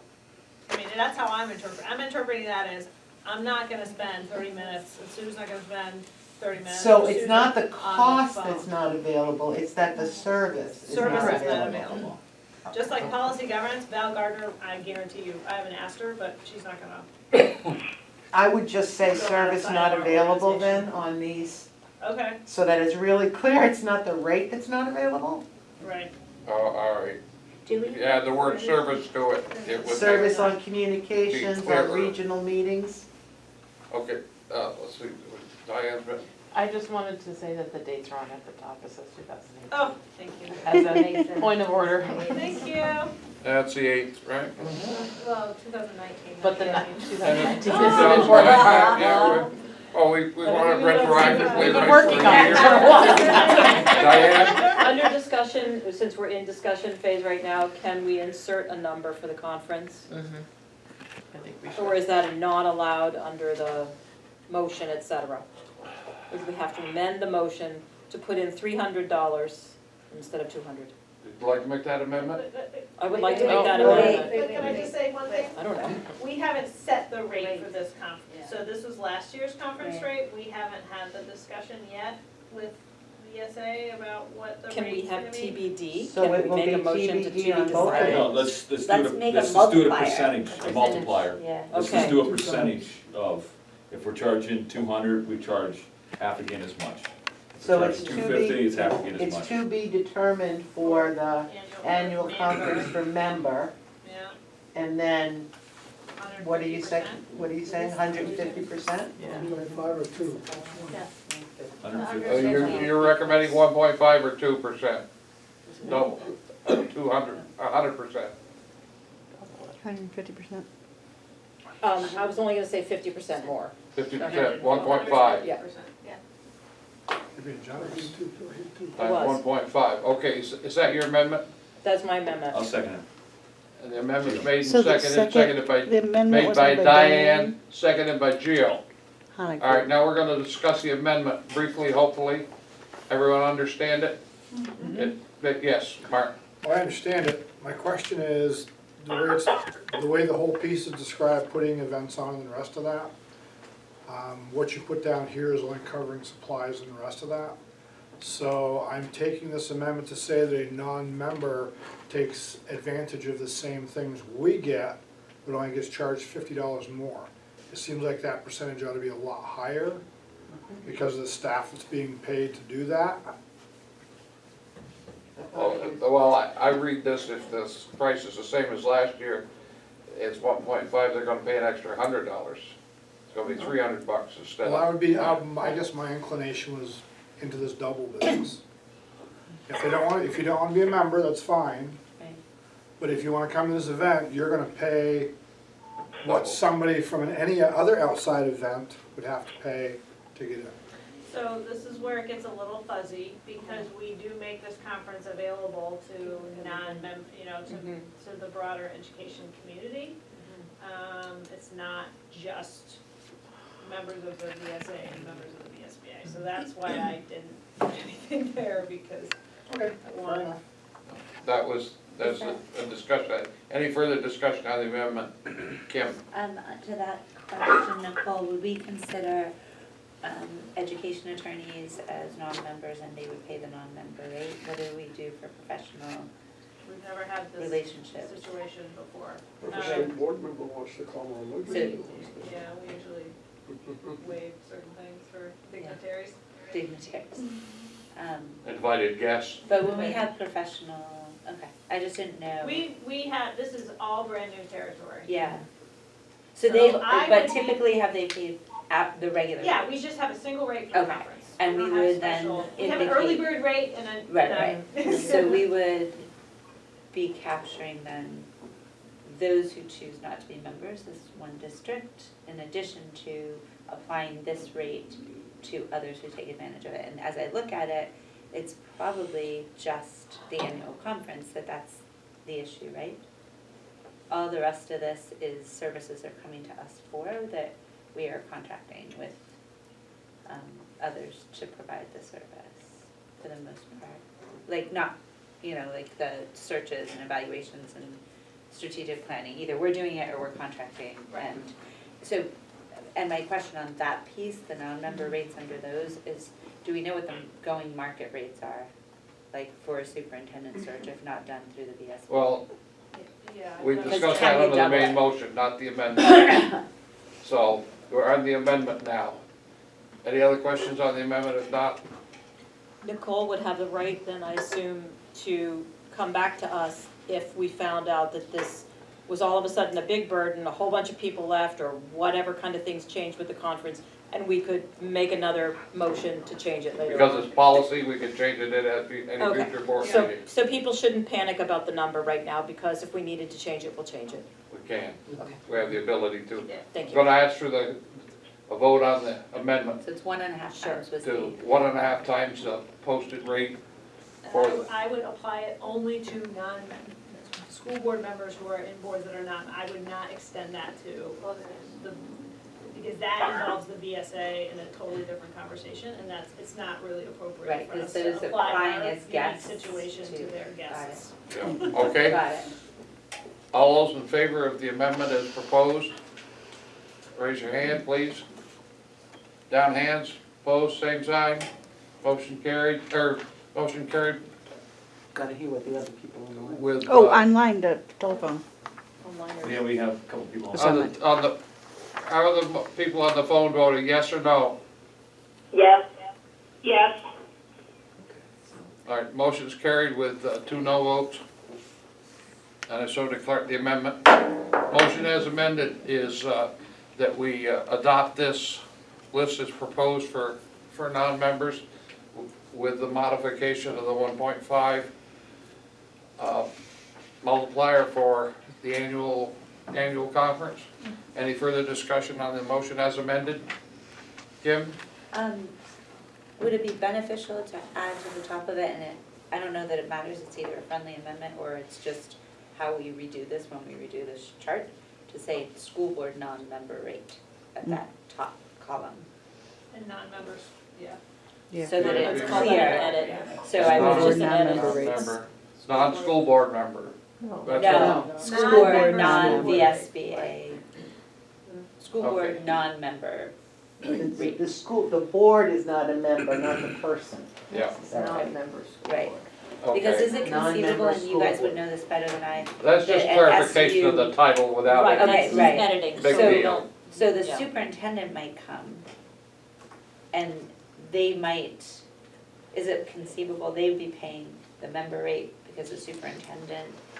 But that's a, that's a VSBA That's a decision. VSA. Okay, I so, mean, and they pay separately? That's- no, they don't, I mean, we have a single registration, usually it's the VSA, the last few years, they run the registrations. So that's why I don't wanna, like, I'm hoping that this is a small subset of people. Yeah, But it's gonna be the kind of thing where I let the VSA know, these are, if they're registering and they're From from these these places. districts, you're gonna charge them a different rate. school board, Everybody member, else board has the same. superintendent. This Yeah. issue. Okay, No, VSA, no. so that's what I'm asking. The superintendent superintendent are members might of come their to that association, conference. they have they pay dues to VSA, they get all the benefits of VSA. Our non-member rates do not apply to the superintendents. They apply to the school board members. Okay, Don? Is that You clear? know, Is Is it it- possible that that superintendent has no school board affiliated with? Yes, and they can attend the VSA events. I mean, it's a VSA, VSBA conference, so. so they can switch. It's a dual And conference. do they pay dues separately, the superintendent? Yes. Okay, Yeah, okay, that's all it was. yeah, So we're two different so organizations. the boards wouldn't The be superintendents pay dues. saying you are not allowed to pay dues to Nothing to us. VSA? No. Got it. Okay, Don's up next. You know, I think this is a little storm that's gonna pass. I certainly agree with you. And I respect people's opinion, but I'm gonna tell you, as an individual school board member, and thinking back when I was a school administrator, if there's one thing on here that would be important to me, it'd be communications. If you're gonna try to convince me that I should convince my other board members that we're making a bad decision, because I can't believe there's any board in the state where everybody thinks they should join. There'll be some, and they're maybe more vocal and more experienced. But if I was on one of those boards, and I wanted to convince my colleagues that we should join, if I could call and talk with Nicole or Sue or somebody and get a response, I would go back and say, you know, I really want to rethink this because this was very helpful. So we're eliminating the one thing as a board member that would convince me that we should get back in after 45 or 50 years of getting the services. And we're eliminating that. And I'm not going to amend the motion, I'll just vote against it, but it seems like we might set a rate there. If they want to call in and get it, $100 an hour with a minimum of billing for an hour, or something like that. Now, I know it's not going to apply tonight, but I really hope we don't miss an opportunity to convince people to come back. That's something we could think about, if we could worry about the policy. Mark, you have any question? Well, the only concern I would have with that, if they're already refusing to pay a membership bill, why would they be inclined to pay the bill that you send them?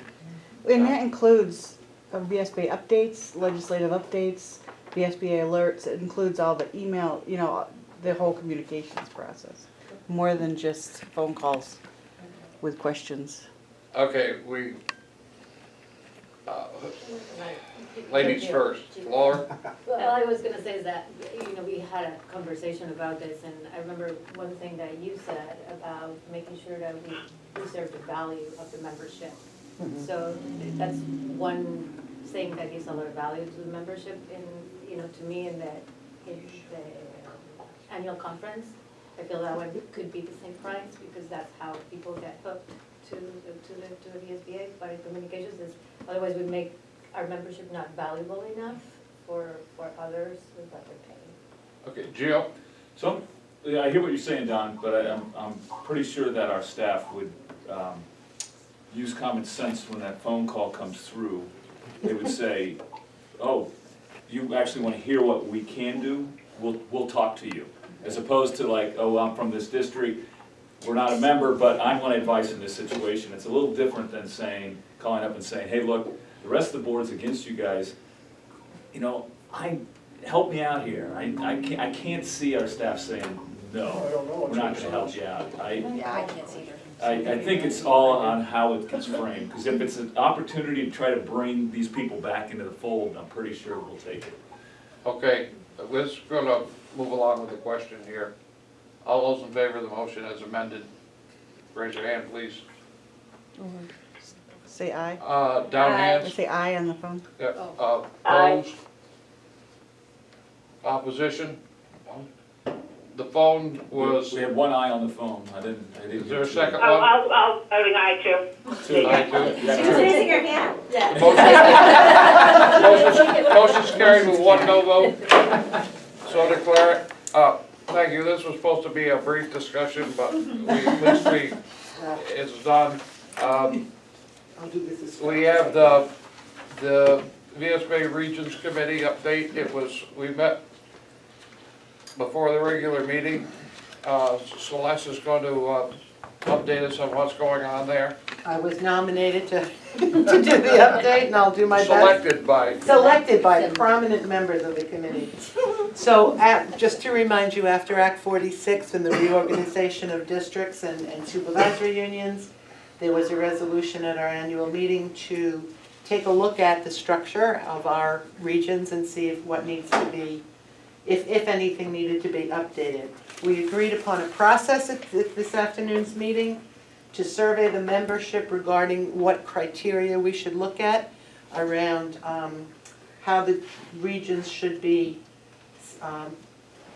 put together. So one would be student population count, another the number of boards, selecting our regions based on tech center regions, physical or geography, you can't get there from here, and the operating structure of boards, specifically non-operating districts, those districts that do not have schools or high schools that are paying tuition out.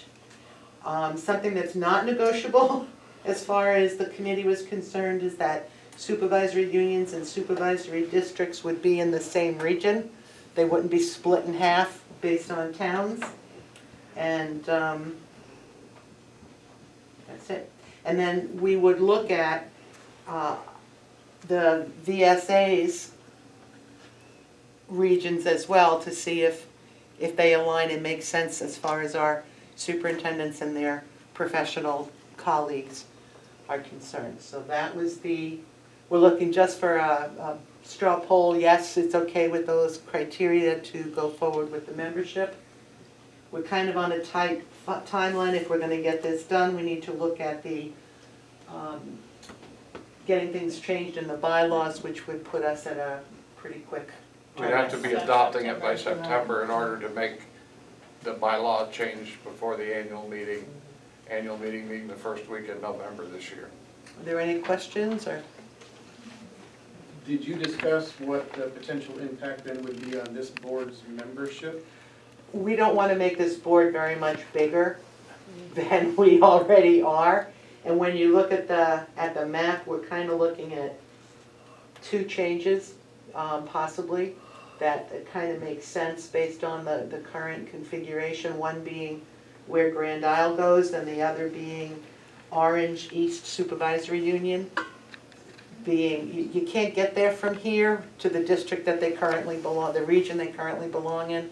So there might be changing that to the Kingdom East area, the Cal Southern Essex region. Instead of arbitrarily from the top pushing it down, we're looking about surveying the membership, get the input, and look at, and it might make sense not to do anything. And that's fine too. Right, but I guess my question is, if you do decide to do something, then what do you do about the seated board members now? Well, so the executive committee is the bylaws committee. So whatever regions this committee wants to recommend in terms of changes to the bylaws, the executive committee then needs to figure out how to transition that language. And again, it may be that we're fine, or it's a pretty minor shift.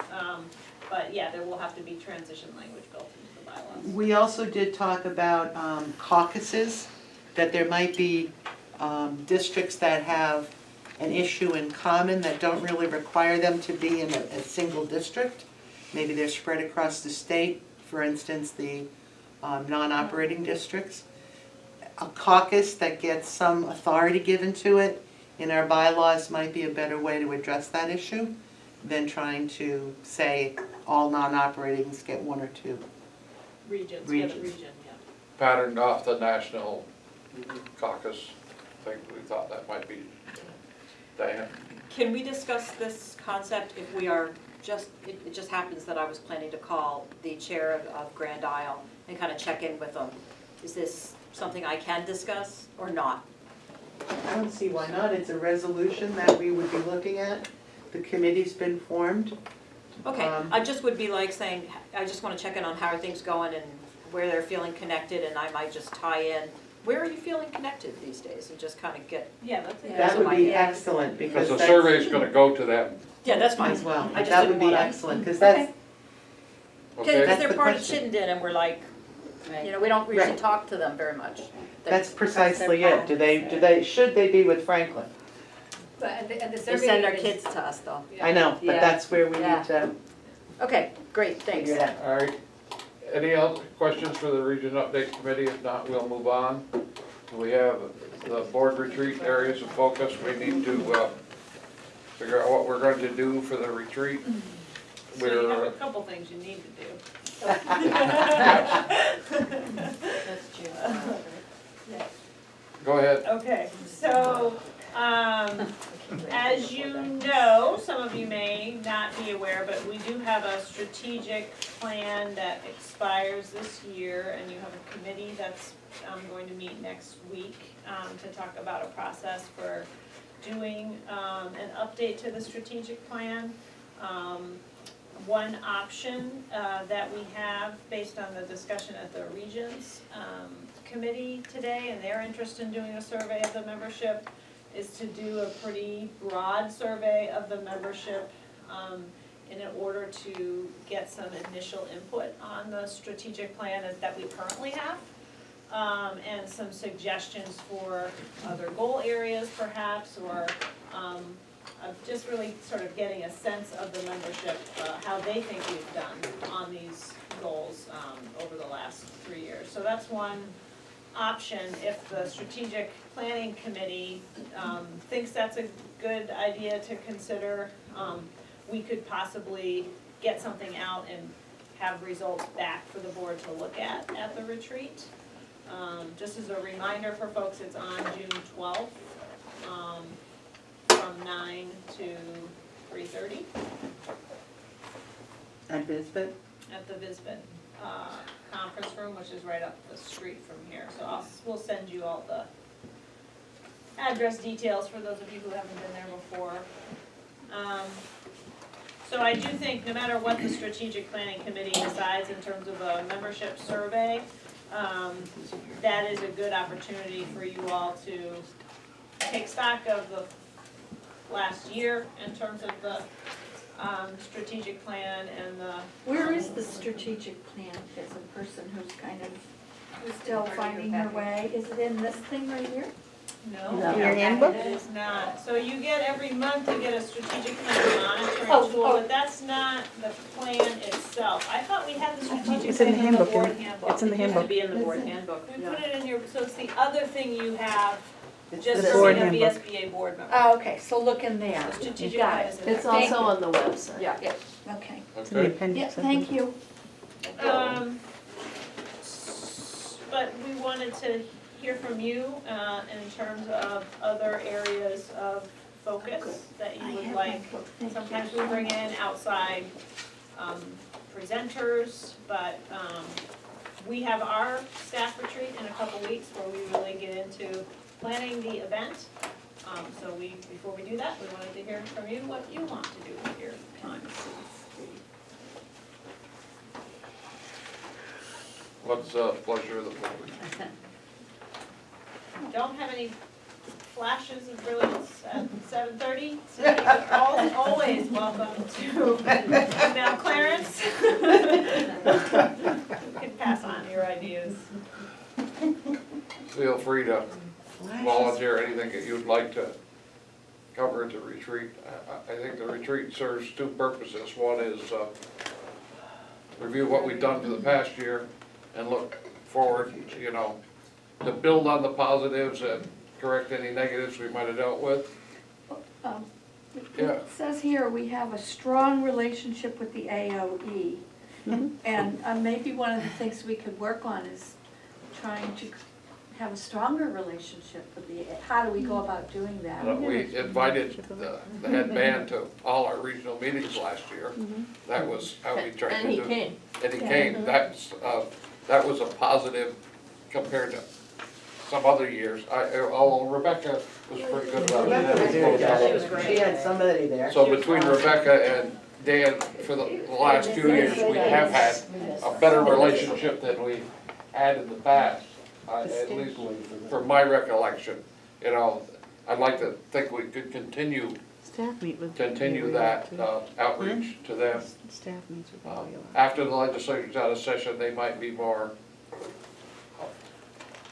So that's a possibility, we can invite the secretary to join us, and some members of his team, but we'd wanna have probably a topic to talk to them about.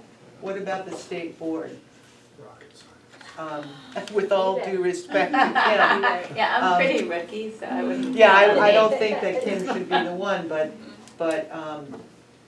the state board has been to the Northeast Kingdom once.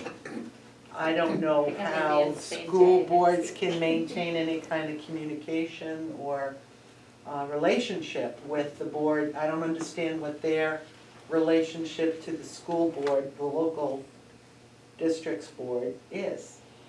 So maybe figuring out a way to build some kind of a relationship. Maybe we could, I don't even know who the chair of the school board, the state board is now, but. South Burlington teacher. But we could invite the person to come to a part of a workshop or a presentation or something, where she could get some feedback from throughout the state, a feel for what's going on directly from board members, so she wouldn't believe it was filtered through. Maybe that's not appropriate. It's totally appropriate, but she's a teacher and that's the last week of school, so I don't know that she'll be able to take the day off. Maybe finals and they might be done. They might, I mean, yeah, I don't know. I'm happy to ask her. I guess I would want to have a clear topic for her.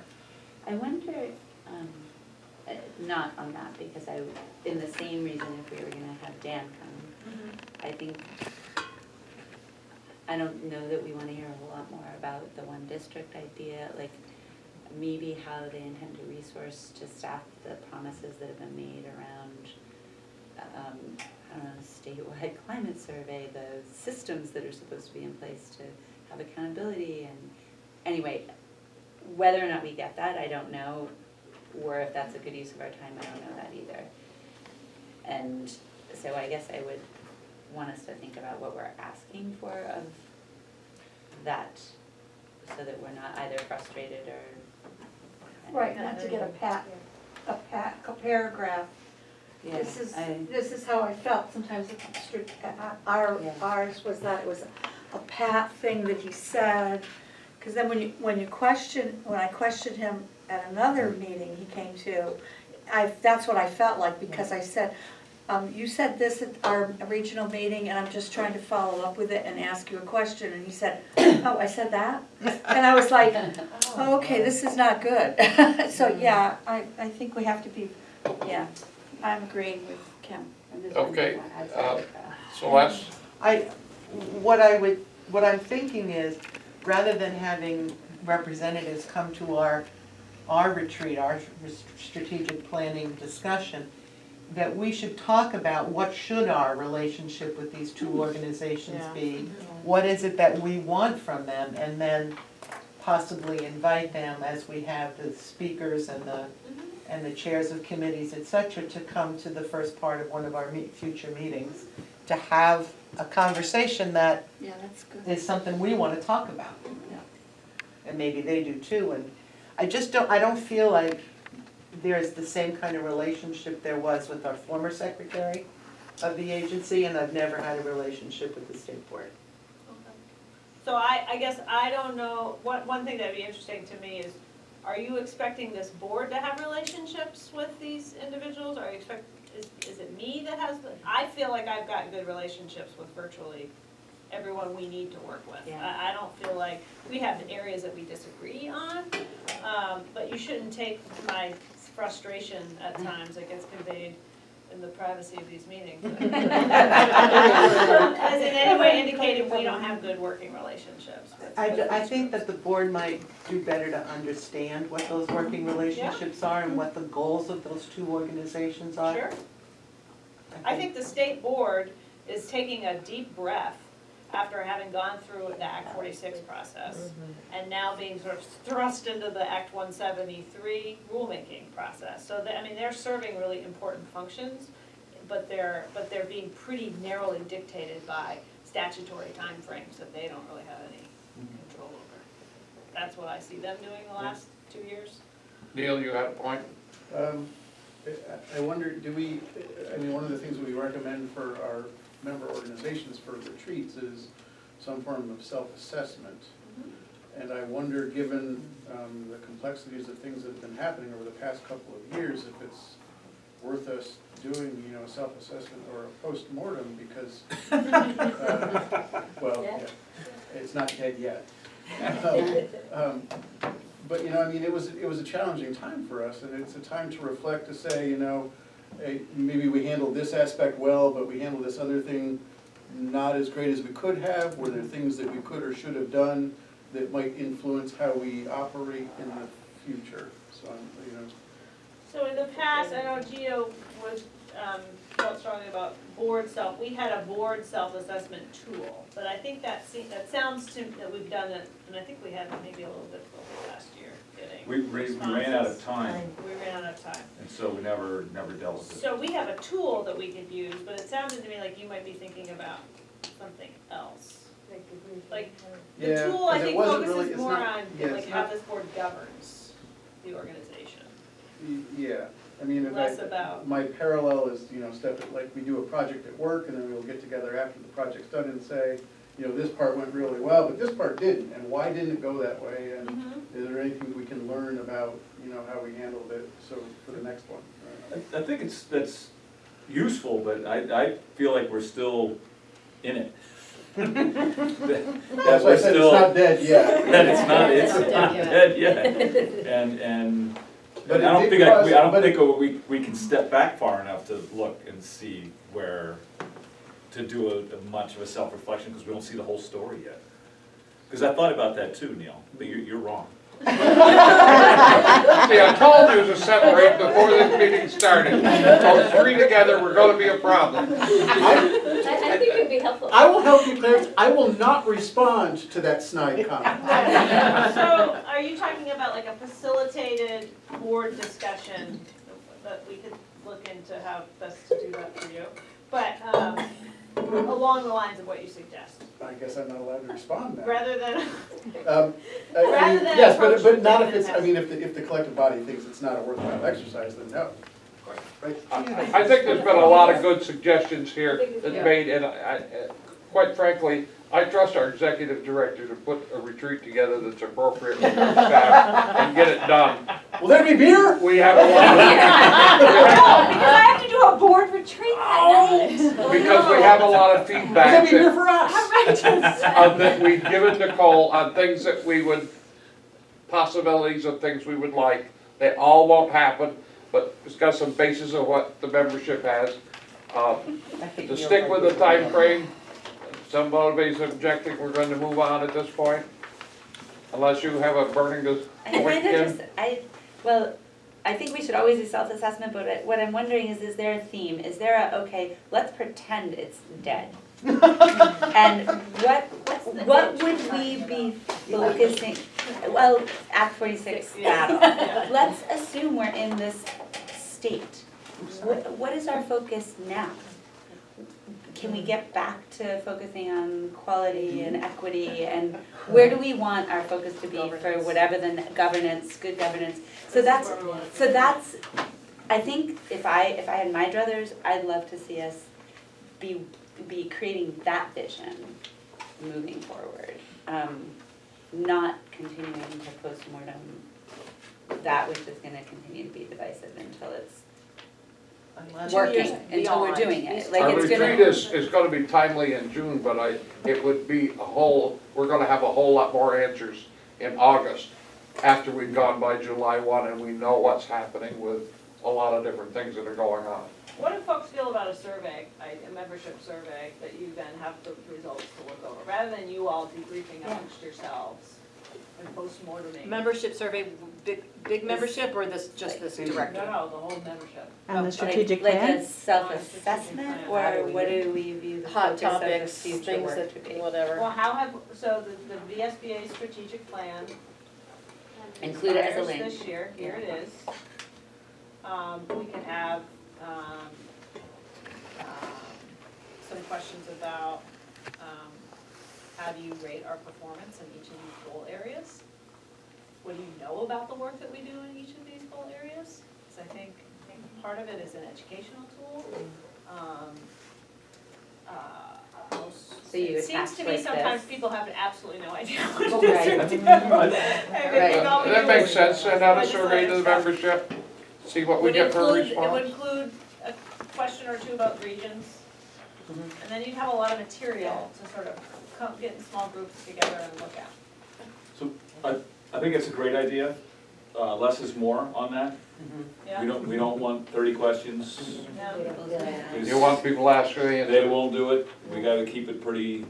Brief and simple. Yeah, pretty, so they can get through it pretty quick. I Okay. think it's a good idea. Yeah. I just Linda? thought one thing, I apologize, because I thought when we were talking about the VSBA Association, we were talking about all of us. I didn't realize that we were focusing on the 4 people, so I apologize. I mean, I thought you do have a good relationship, but I thought we were talking about us, the whole of us. Right. Because we're the VSBA, and our strategic plan is all of us, but it really is you guys, right, the 4? Is But that we're what- your agents.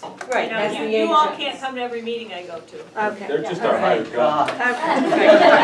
You tell them So I what to do. get We it. take your marching orders and we go in and we mean business. So, sorry, thank you. I get Okay. it now.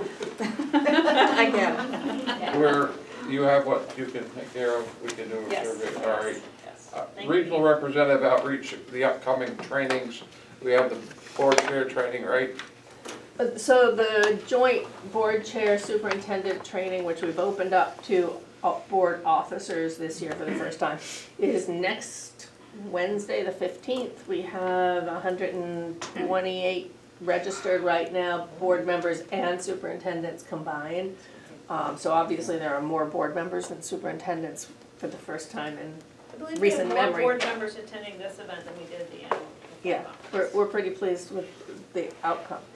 That said, on June 1st, we have what has morphed from our new member trainings / essential workshops that traveled around the state.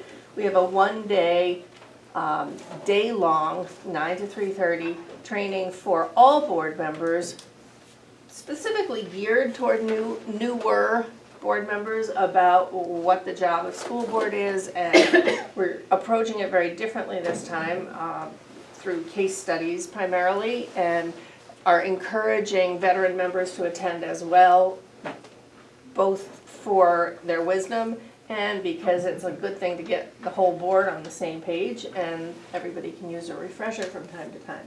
Registration on that at the moment is flailing, and we need your help.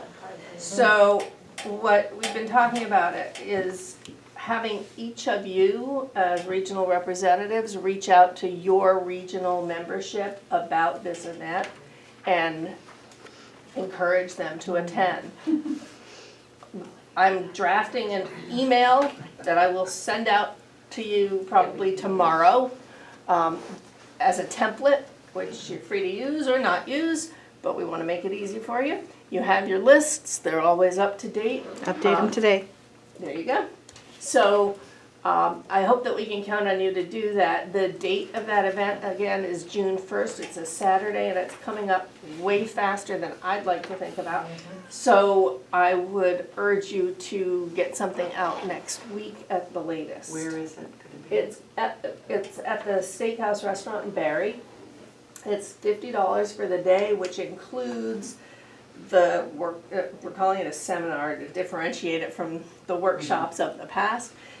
It includes meals, well, lunch, and all those who And a attend. light breakfast. Pardon me? I think it's a light breakfast. A light breakfast and lunch. And everyone who attends also gets a copy of the newly updated, brand new Essential Work of Vermont School Boards booklet that we distributed to you all last meeting. So it's a pretty good deal, because that book alone is $15. The only thing I would say, probably the registration form said it was in Barry. It didn't say where. Yeah, well, it's kind of actually Berlin, but it's a steakhouse, so. Well, and there's a little bit of a complication right this second, because, and we'll resolve this on Monday, because we're meeting internally about it, but we had to guarantee a minimum for the steakhouse, and we're not at that minimum yet. I'm We're not close even to it. close to that minimum yet, so we may have to Shift it. shift it, To but it'll Barry. be in Barry. Maybe, or maybe in here. Who knows, that's true. Okay, I wondered why the place wasn't more definite in the Okay. registration, but you've answered my question. Question, so if we're not electing our new board until May 21st, so if miraculously able to convince 10 people, they wouldn't, you need to know sooner than May 21st for that, or could it We be actually like a very? have not established a registration cutoff, and the rate we're going, we probably won't. But they're not they're not school members as of yet, but Understand. they're on If they're elected on ballot. the 21st, they can come to the training on the 1st. Okay. Right. For We, sure. we intentionally I'm pushed it excited off to a do little that. bit this year. Sorry, 1 second, we have the same issue, what was the answer? I couldn't quite hear us, Christina. You can absolutely come to the event. If you're elected to a school board on the 21st of May or anytime before June 1st, you're welcome to come. Thank you. Even if you haven't taken your oath yet. Yeah. We'll take If you're a everybody. candidate. Right. So, Running out of the timing is a little challenging because Saturdays in June are not people's time to want to spend the day indoors, but the reasoning behind it is last year, we did the meetings in late March into April, and we ran into some situations where board members hadn't been decided yet, but even those who came, who were newly elected, hadn't necessarily even attended a meeting yet. So it's hard to know what you don't know until you've had a little bit of experience. So we wanted to give them a couple of meetings, for the most part, to have some formulation of how the pieces are gonna fit together. And then as far as promoting it, we sort of collided with ourselves with this joint training next week.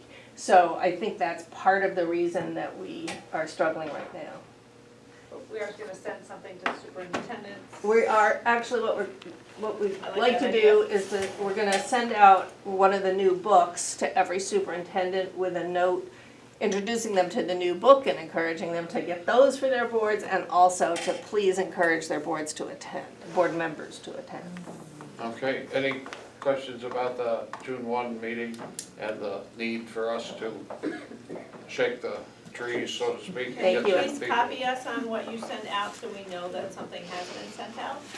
And We can bug you if we haven't been copied on something. in 1 minute, I'll also draw your attention to this, which was out front. This is a draft. It's a final draft, but it's still a draft because this afternoon we picked something up that we had omitted, which is that our annual conference is not in the calendar in the back. And we have to change the date of the webinar. And we have a webinar date change. But this replaces an old trifold brochure that we had talking about the board development activities, and we had slip sheets that we would put in for different services that we offered. So we're doing this now, It's gonna be once a year. It'll be distributed hard copy to all board members. And it spells out all of the services that we offer, from superintendent search, strategic planning, policy manuals and evaluations, our conferences, our meetings, all of it. And the dates, just so you know, mark your calendars, the dates for the regional meetings are in the back here, and the locations, so, Finally please at secured. least be sure to pencil in, or pen in your own regional meeting. It's, great when we have our board members there. Okay, Don? Just a question, you're probably mailing those out? Yes. I was wondering, Go ahead. I was wondering if it would be more effective if, like, for example, I could take them to the two issues that I work with, to a meeting, or get them to the board chair, but probably mailing. You know, you get, I don't know about you, I get so much mail, it's one of 14 pieces. I wonder if it would be possible to personalize it, but. I love that idea. Obviously, we're not gonna reach all boards that way, but if any of you wants to You can take distribute a couple of them. these and just say the conferences are in here, where you'll get Yep. another one in the mail at your house.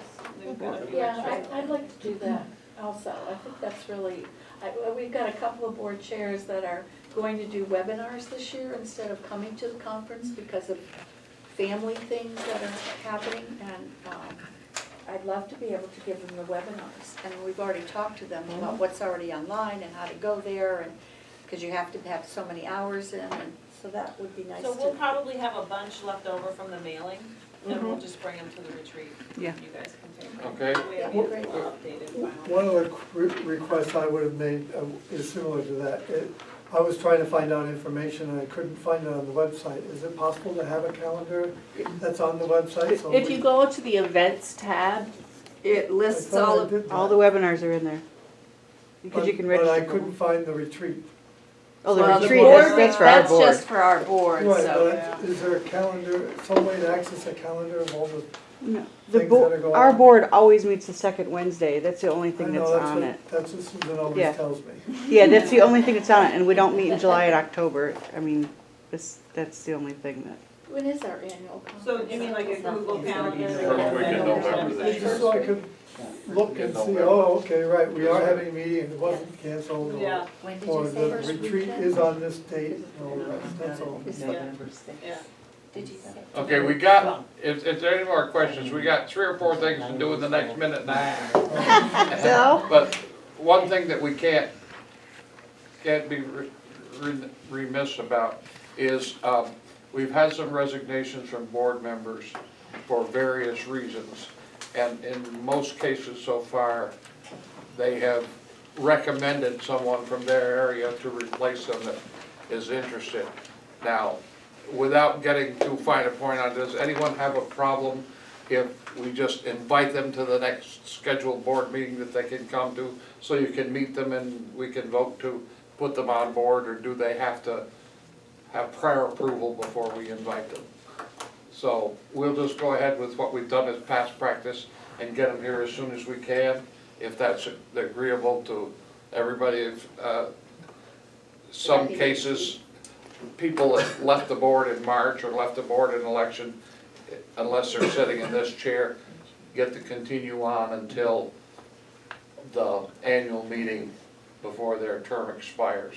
That being the case, we lose Celeste's fine voice at the annual meeting, but the other issue we'll have that'll come out sometime, I haven't had a chance, but we've got to talk to the executive committee member Lou, because Lou did not win his re-election bid in his district, so he is no longer a school board member, but he can still continue to serve till the annual meeting, and hopefully we'll be able to convince him to do that.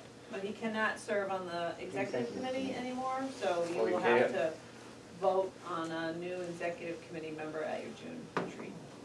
We have a business meeting at the end of the retreat, so we'll do that.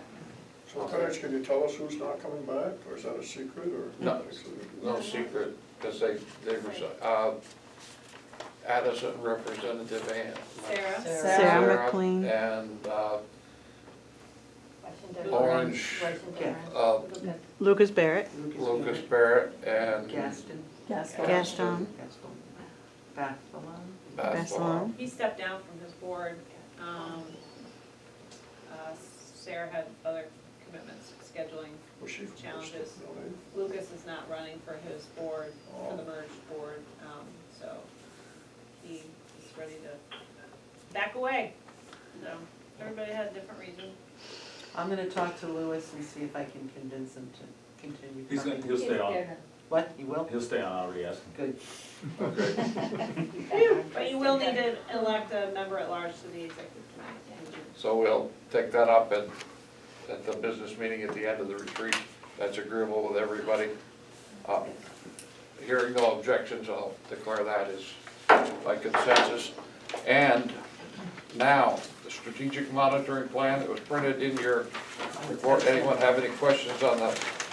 It looks excellent, I have no questions. Questions? Anyone have any questions? If not, we'll move on to the next item on the agenda, which is the consent agenda, which we have the April minutes. I have a Motion- question. Yes. I have a question. I thought we took some action. Remember we had that big lengthy debate and amendments and motions on whether we were gonna position ourselves to delay, take a stand on delay? That was in March. That was March, so it's why it's- That's what it's not. Time flies. Don't quite forget. And I said, That's why in the minutes it says the update on the VSBA board motion. Okay. That's the I report. saw that and I'm thinking, yeah, is that all we said? Okay, thank you, guys. All right, any question? A I'll make motion a to motion approve to approve the minutes as presented. I second it. That was Celeste Jarrell. Motion by Celeste, seconded by Linda. Smith? To approve the minutes. Is there any discussion? Not, all those in favor say aye. Aye. Opposed? Motion carried, so declared. We have new business. Any item that someone's really forceful, they need on the agenda next month? No, I just have a quick question. I was told that we were told last week that there was a website that we could see the healthcare negotiating team on, but I never wrote it down. Can you give me what that website is? You're talking about the email address or the NEA's website? NEA's I thought that our healthcare negotiating committee had its own website. No. Email address, that's about all we've been able to Okay. put together. Okay. But I can. But the NEA did post their, Yeah, they've got all the accurate information up at the end. Oh, yeah. There's an NEA website and there's a, all right. So if I need the email address, I'll ask you. You will ask me, you also got a VSBA update about a month ago that has information about the bargain. It was the first and only bargaining update we've done so far, and it had a link, their email address Okay, in there. thank you. The website for the NEA version of it is Vermont VT, healthbargainingteam.org. And make sure you spell bargaining right, because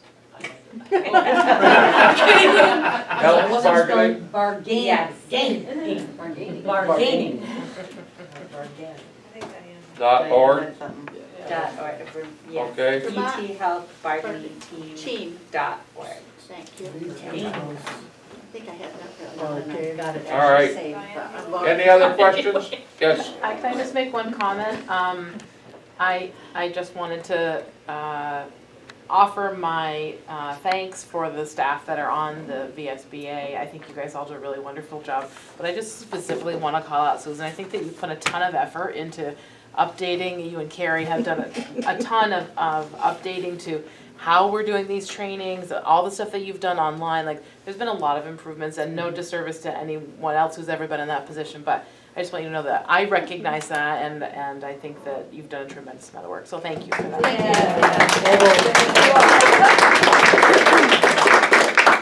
okay.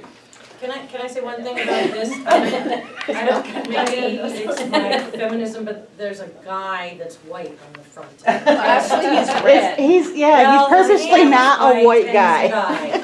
It's just a person in a suit. I just wondered if It does look maybe Trumpish, we but- could do something. It's the hair make everybody happy.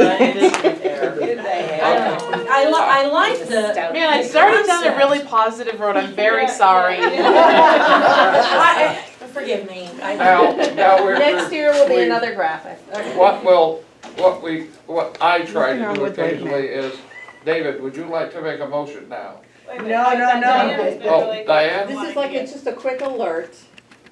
Everybody's aware of the measles outbreak, right? Yes. The measles outbreak is continuing to climb. At the same time, we finally got the school nurse report to the Vermont Department of Health on the immunization rates of our children.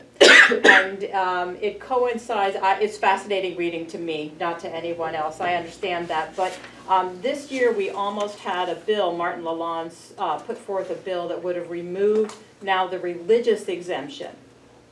They decided not to take it out of committee, but he told me that they were going to probably bring it back next year.